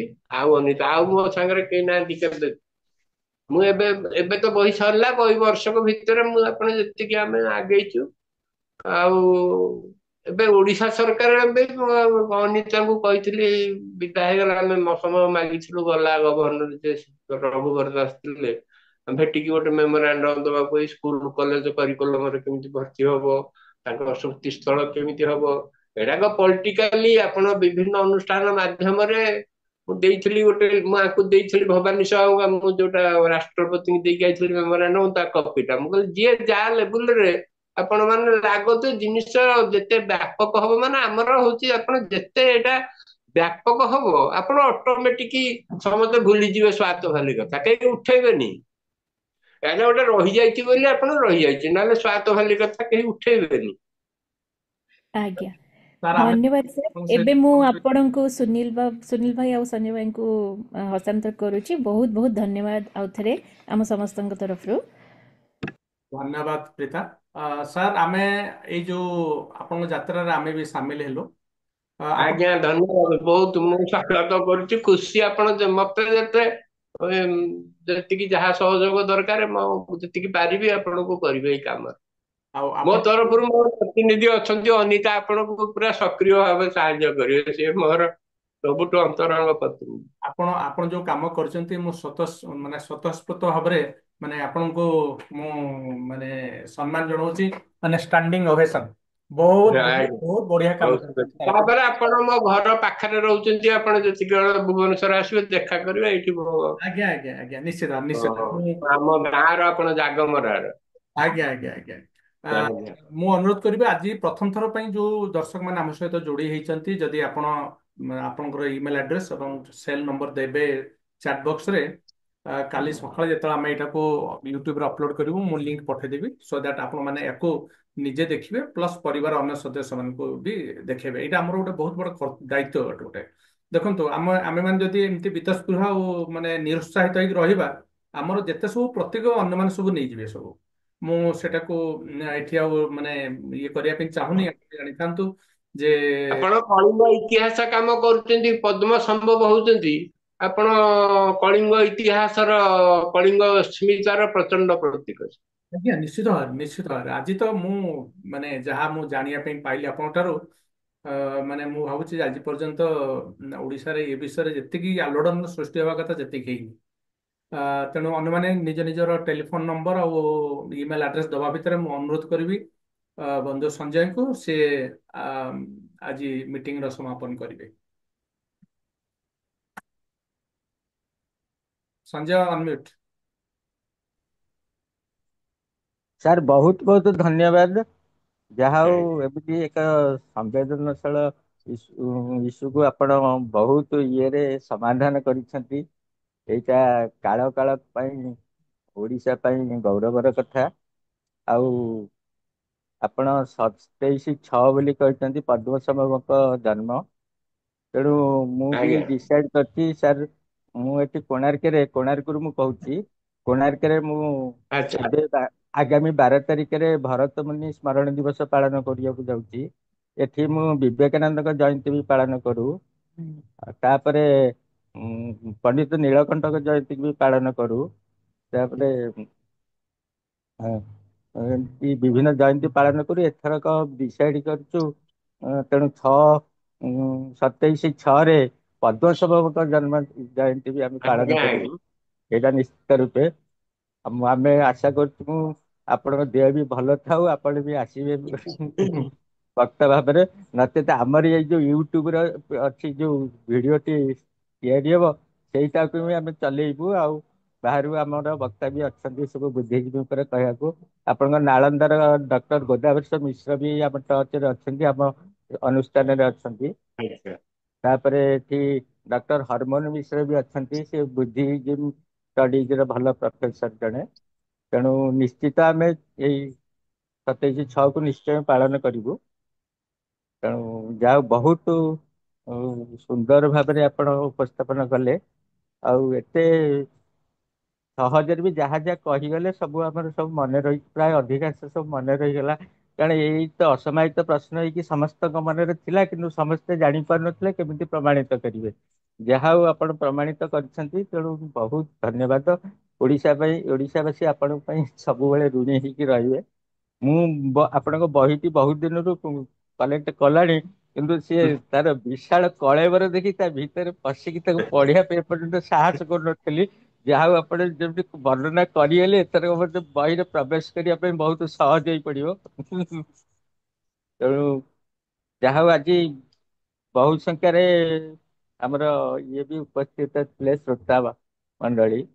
ଶୁଭେନ୍ଦ୍ର ଭାଇ ଥିଲେ, ସୀତା ମ୍ୟାଡାମ ଥିଲେ, ବାସୁଦେବ ପାତ୍ର ସାର୍ ଥିଲେ, ବିରାଟ ବାବୁ ଥିଲେ, ଚନ୍ଦ୍ରା ମ୍ୟାମ ବି ଥିଲେ, ଜୋହାନ୍ସବର୍ଗରୁ ଜଏନ୍ କରିଥିଲେ, ଧ୍ୟାନଚାନ୍ଦ, ଅନିତା ମ୍ୟାଡାମ ଥିଲେ, ଡକ୍ଟର କୁମୁଦ ବେହେରା ସାର୍ ବି ଥିଲେ, ଡକ୍ଟର ଇନ୍ଦ୍ରମଣି ଜେନା ସାର୍ ବି ଥିଲେ, ଡକ୍ଟର ନିରୁପମା ମିଶ୍ର ମ୍ୟାଡାମ ବି ଥିଲେ, ଗୌତମ ବେହେରା ବାବୁ ବି ଥିଲେ, ଲିଙ୍ଗରାଜ ପ୍ରସାଦ ସାର୍ ବି ଥିଲେ, ଅମୂଲ୍ୟ ବାବୁ ବି ଥିଲେ, ମହେନ୍ଦ୍ର କୁମାର ରାୟ ସାର୍ ବି ଥିଲେ, ମନ୍ଦାକିନୀ ମ୍ୟାଡାମ ବି ଥିଲେ, ନିହାର ଭାଇନା ବି ଥିଲେ, ନିରଞ୍ଜନ ବାବୁ ଥିଲେ, ରମାରଞ୍ଜନ ସାହୁ ଥିଲେ, ରମଣୀ ରଞ୍ଜନ ବିଶ୍ୱାଳ ସାର୍ ବି ଥିଲେ, ପାତାଳି ସିଂ ସାର୍ ବି ଥିଲେ ସବୁ ଦିନ ପରି, ସୁଭାଷ ଚନ୍ଦ୍ର ବାବୁ ବି ଥିଲେ, ଶୁଭ୍ରାଂଶୁ ପାଢୀ ବାବୁ ବି ଥିଲେ, ଉଦ୍ଧବ ନାୟକ ସାର୍ ବି ଥିଲେ।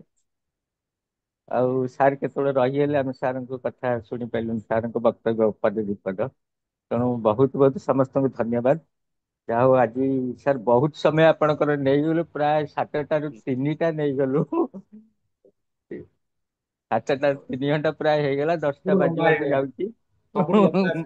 ଏତେ ଦୀର୍ଘ ଟକ୍ ଆମେ ଏପଟରେ, ଏଇଟା ବୋଧେ ସବୁଠୁ ଦୀର୍ଘ ଟକ୍ ସାର୍ ଥିଲା। କିନ୍ତୁ କେହି ଟିକିଏ ସାମାନ୍ୟ ବି ବୋର ଅନୁଭବ କରିନୁ, ସମସ୍ତେ ତ ଆଗ୍ରହରେ ଚାହିଁ ବସିଛୁ ଶୁଣିବା ପାଇଁ। ଆଉ ଏତେ ବଡ ଅସମାହିତ ପ୍ରଶ୍ନ ଆପଣ ସମାଧାନ କରିଛନ୍ତି, ତେଣୁ ସମସ୍ତଙ୍କ ମନରେ ବି ଗର୍ବ ଅନୁଭବ ଆମେ କରୁଛୁ। ସାର୍ ମୁଁ ବି ଆଜି ଯାଇଥିଲି, ଜଷ୍ଟ 7ଟାରେ ଆରମ୍ଭ ହେଲା ବି ପହଞ୍ଚିଲି, ମୁଁ ଯାଇଥିଲି। ଆଜି ଆମେ ଆରମ୍ଭ କରୁଛୁ ଜଗତସିଂହପୁର ଐତିହ୍ୟ ପଦଯାତ୍ରା। ଓହୋ। ହଁ, ଆମେ କଟକରେ ଚାଲିଛି 5 ବର୍ଷ ହେଲାଣି, କଟକ ହେରିଟେଜ ୱାକ୍, ତାପରେ ଢେଙ୍କାନାଳ ହେରିଟେଜ ୱାକ୍ ଚାଲିଛି, ତାପରେ ପୁରୀ ହେରିଟେଜ ୱାକ୍ସ ବି 6 ମାସ ହେଲା ଚାଲିଛି। ଆଜି ଜଗତସିଂହପୁର ହେରିଟେଜ ୱାକ୍ ସାରଳା ମନ୍ଦିରରୁ ଆମେ ଆରମ୍ଭ କରିଥିଲୁ। ତେଣୁ ସେଠୁ ମୁଁ ସାରିକିରି ଜଷ୍ଟ 7ଟାରେ ହିଁ ଏଠି ଆସି ଜଏନ୍ କଲି ମିଟିଂରେ। ତେଣୁ ଐତିହ୍ୟ ନେଇ ଆମେ ତ କାମ କରୁଛୁ, ଇତିହାସ ନେଇ ଯେପର୍ଯ୍ୟନ୍ତ ବଞ୍ଚିଥିବୁ ଆମର ତ ସେଇ ଇରେ ଚାଲିବ, ଯାହା ଯେତିକି ପାରିବୁ ପର୍ଯ୍ୟନ୍ତ କରିବୁ। ବର୍ତ୍ତମାନ ଆପଣଙ୍କର ଯୋଉ ମିଶନଟି ଆମର ସମସ୍ତଙ୍କର, ବର୍ତ୍ତମାନ ଓଡ଼ିଶାବାସୀଙ୍କର ମିଶନ, ତେଣୁ ତାହା କେମିତି ବ୍ୟାପକ ଭାବରେ ପ୍ରଚାର ପ୍ରସାର ହେବ, ତେଣୁ ସମସ୍ତେ ଆମକୁ ଲାଗିଲା। ଆଜ୍ଞା। ତେଣୁ ମୁଁ ଏତିକି କହିକି ସମସ୍ତଙ୍କ ଠାରୁ ବିଦାୟ ନେଉଛି। ନମସ୍କାର ସାର୍, ନମସ୍କାର।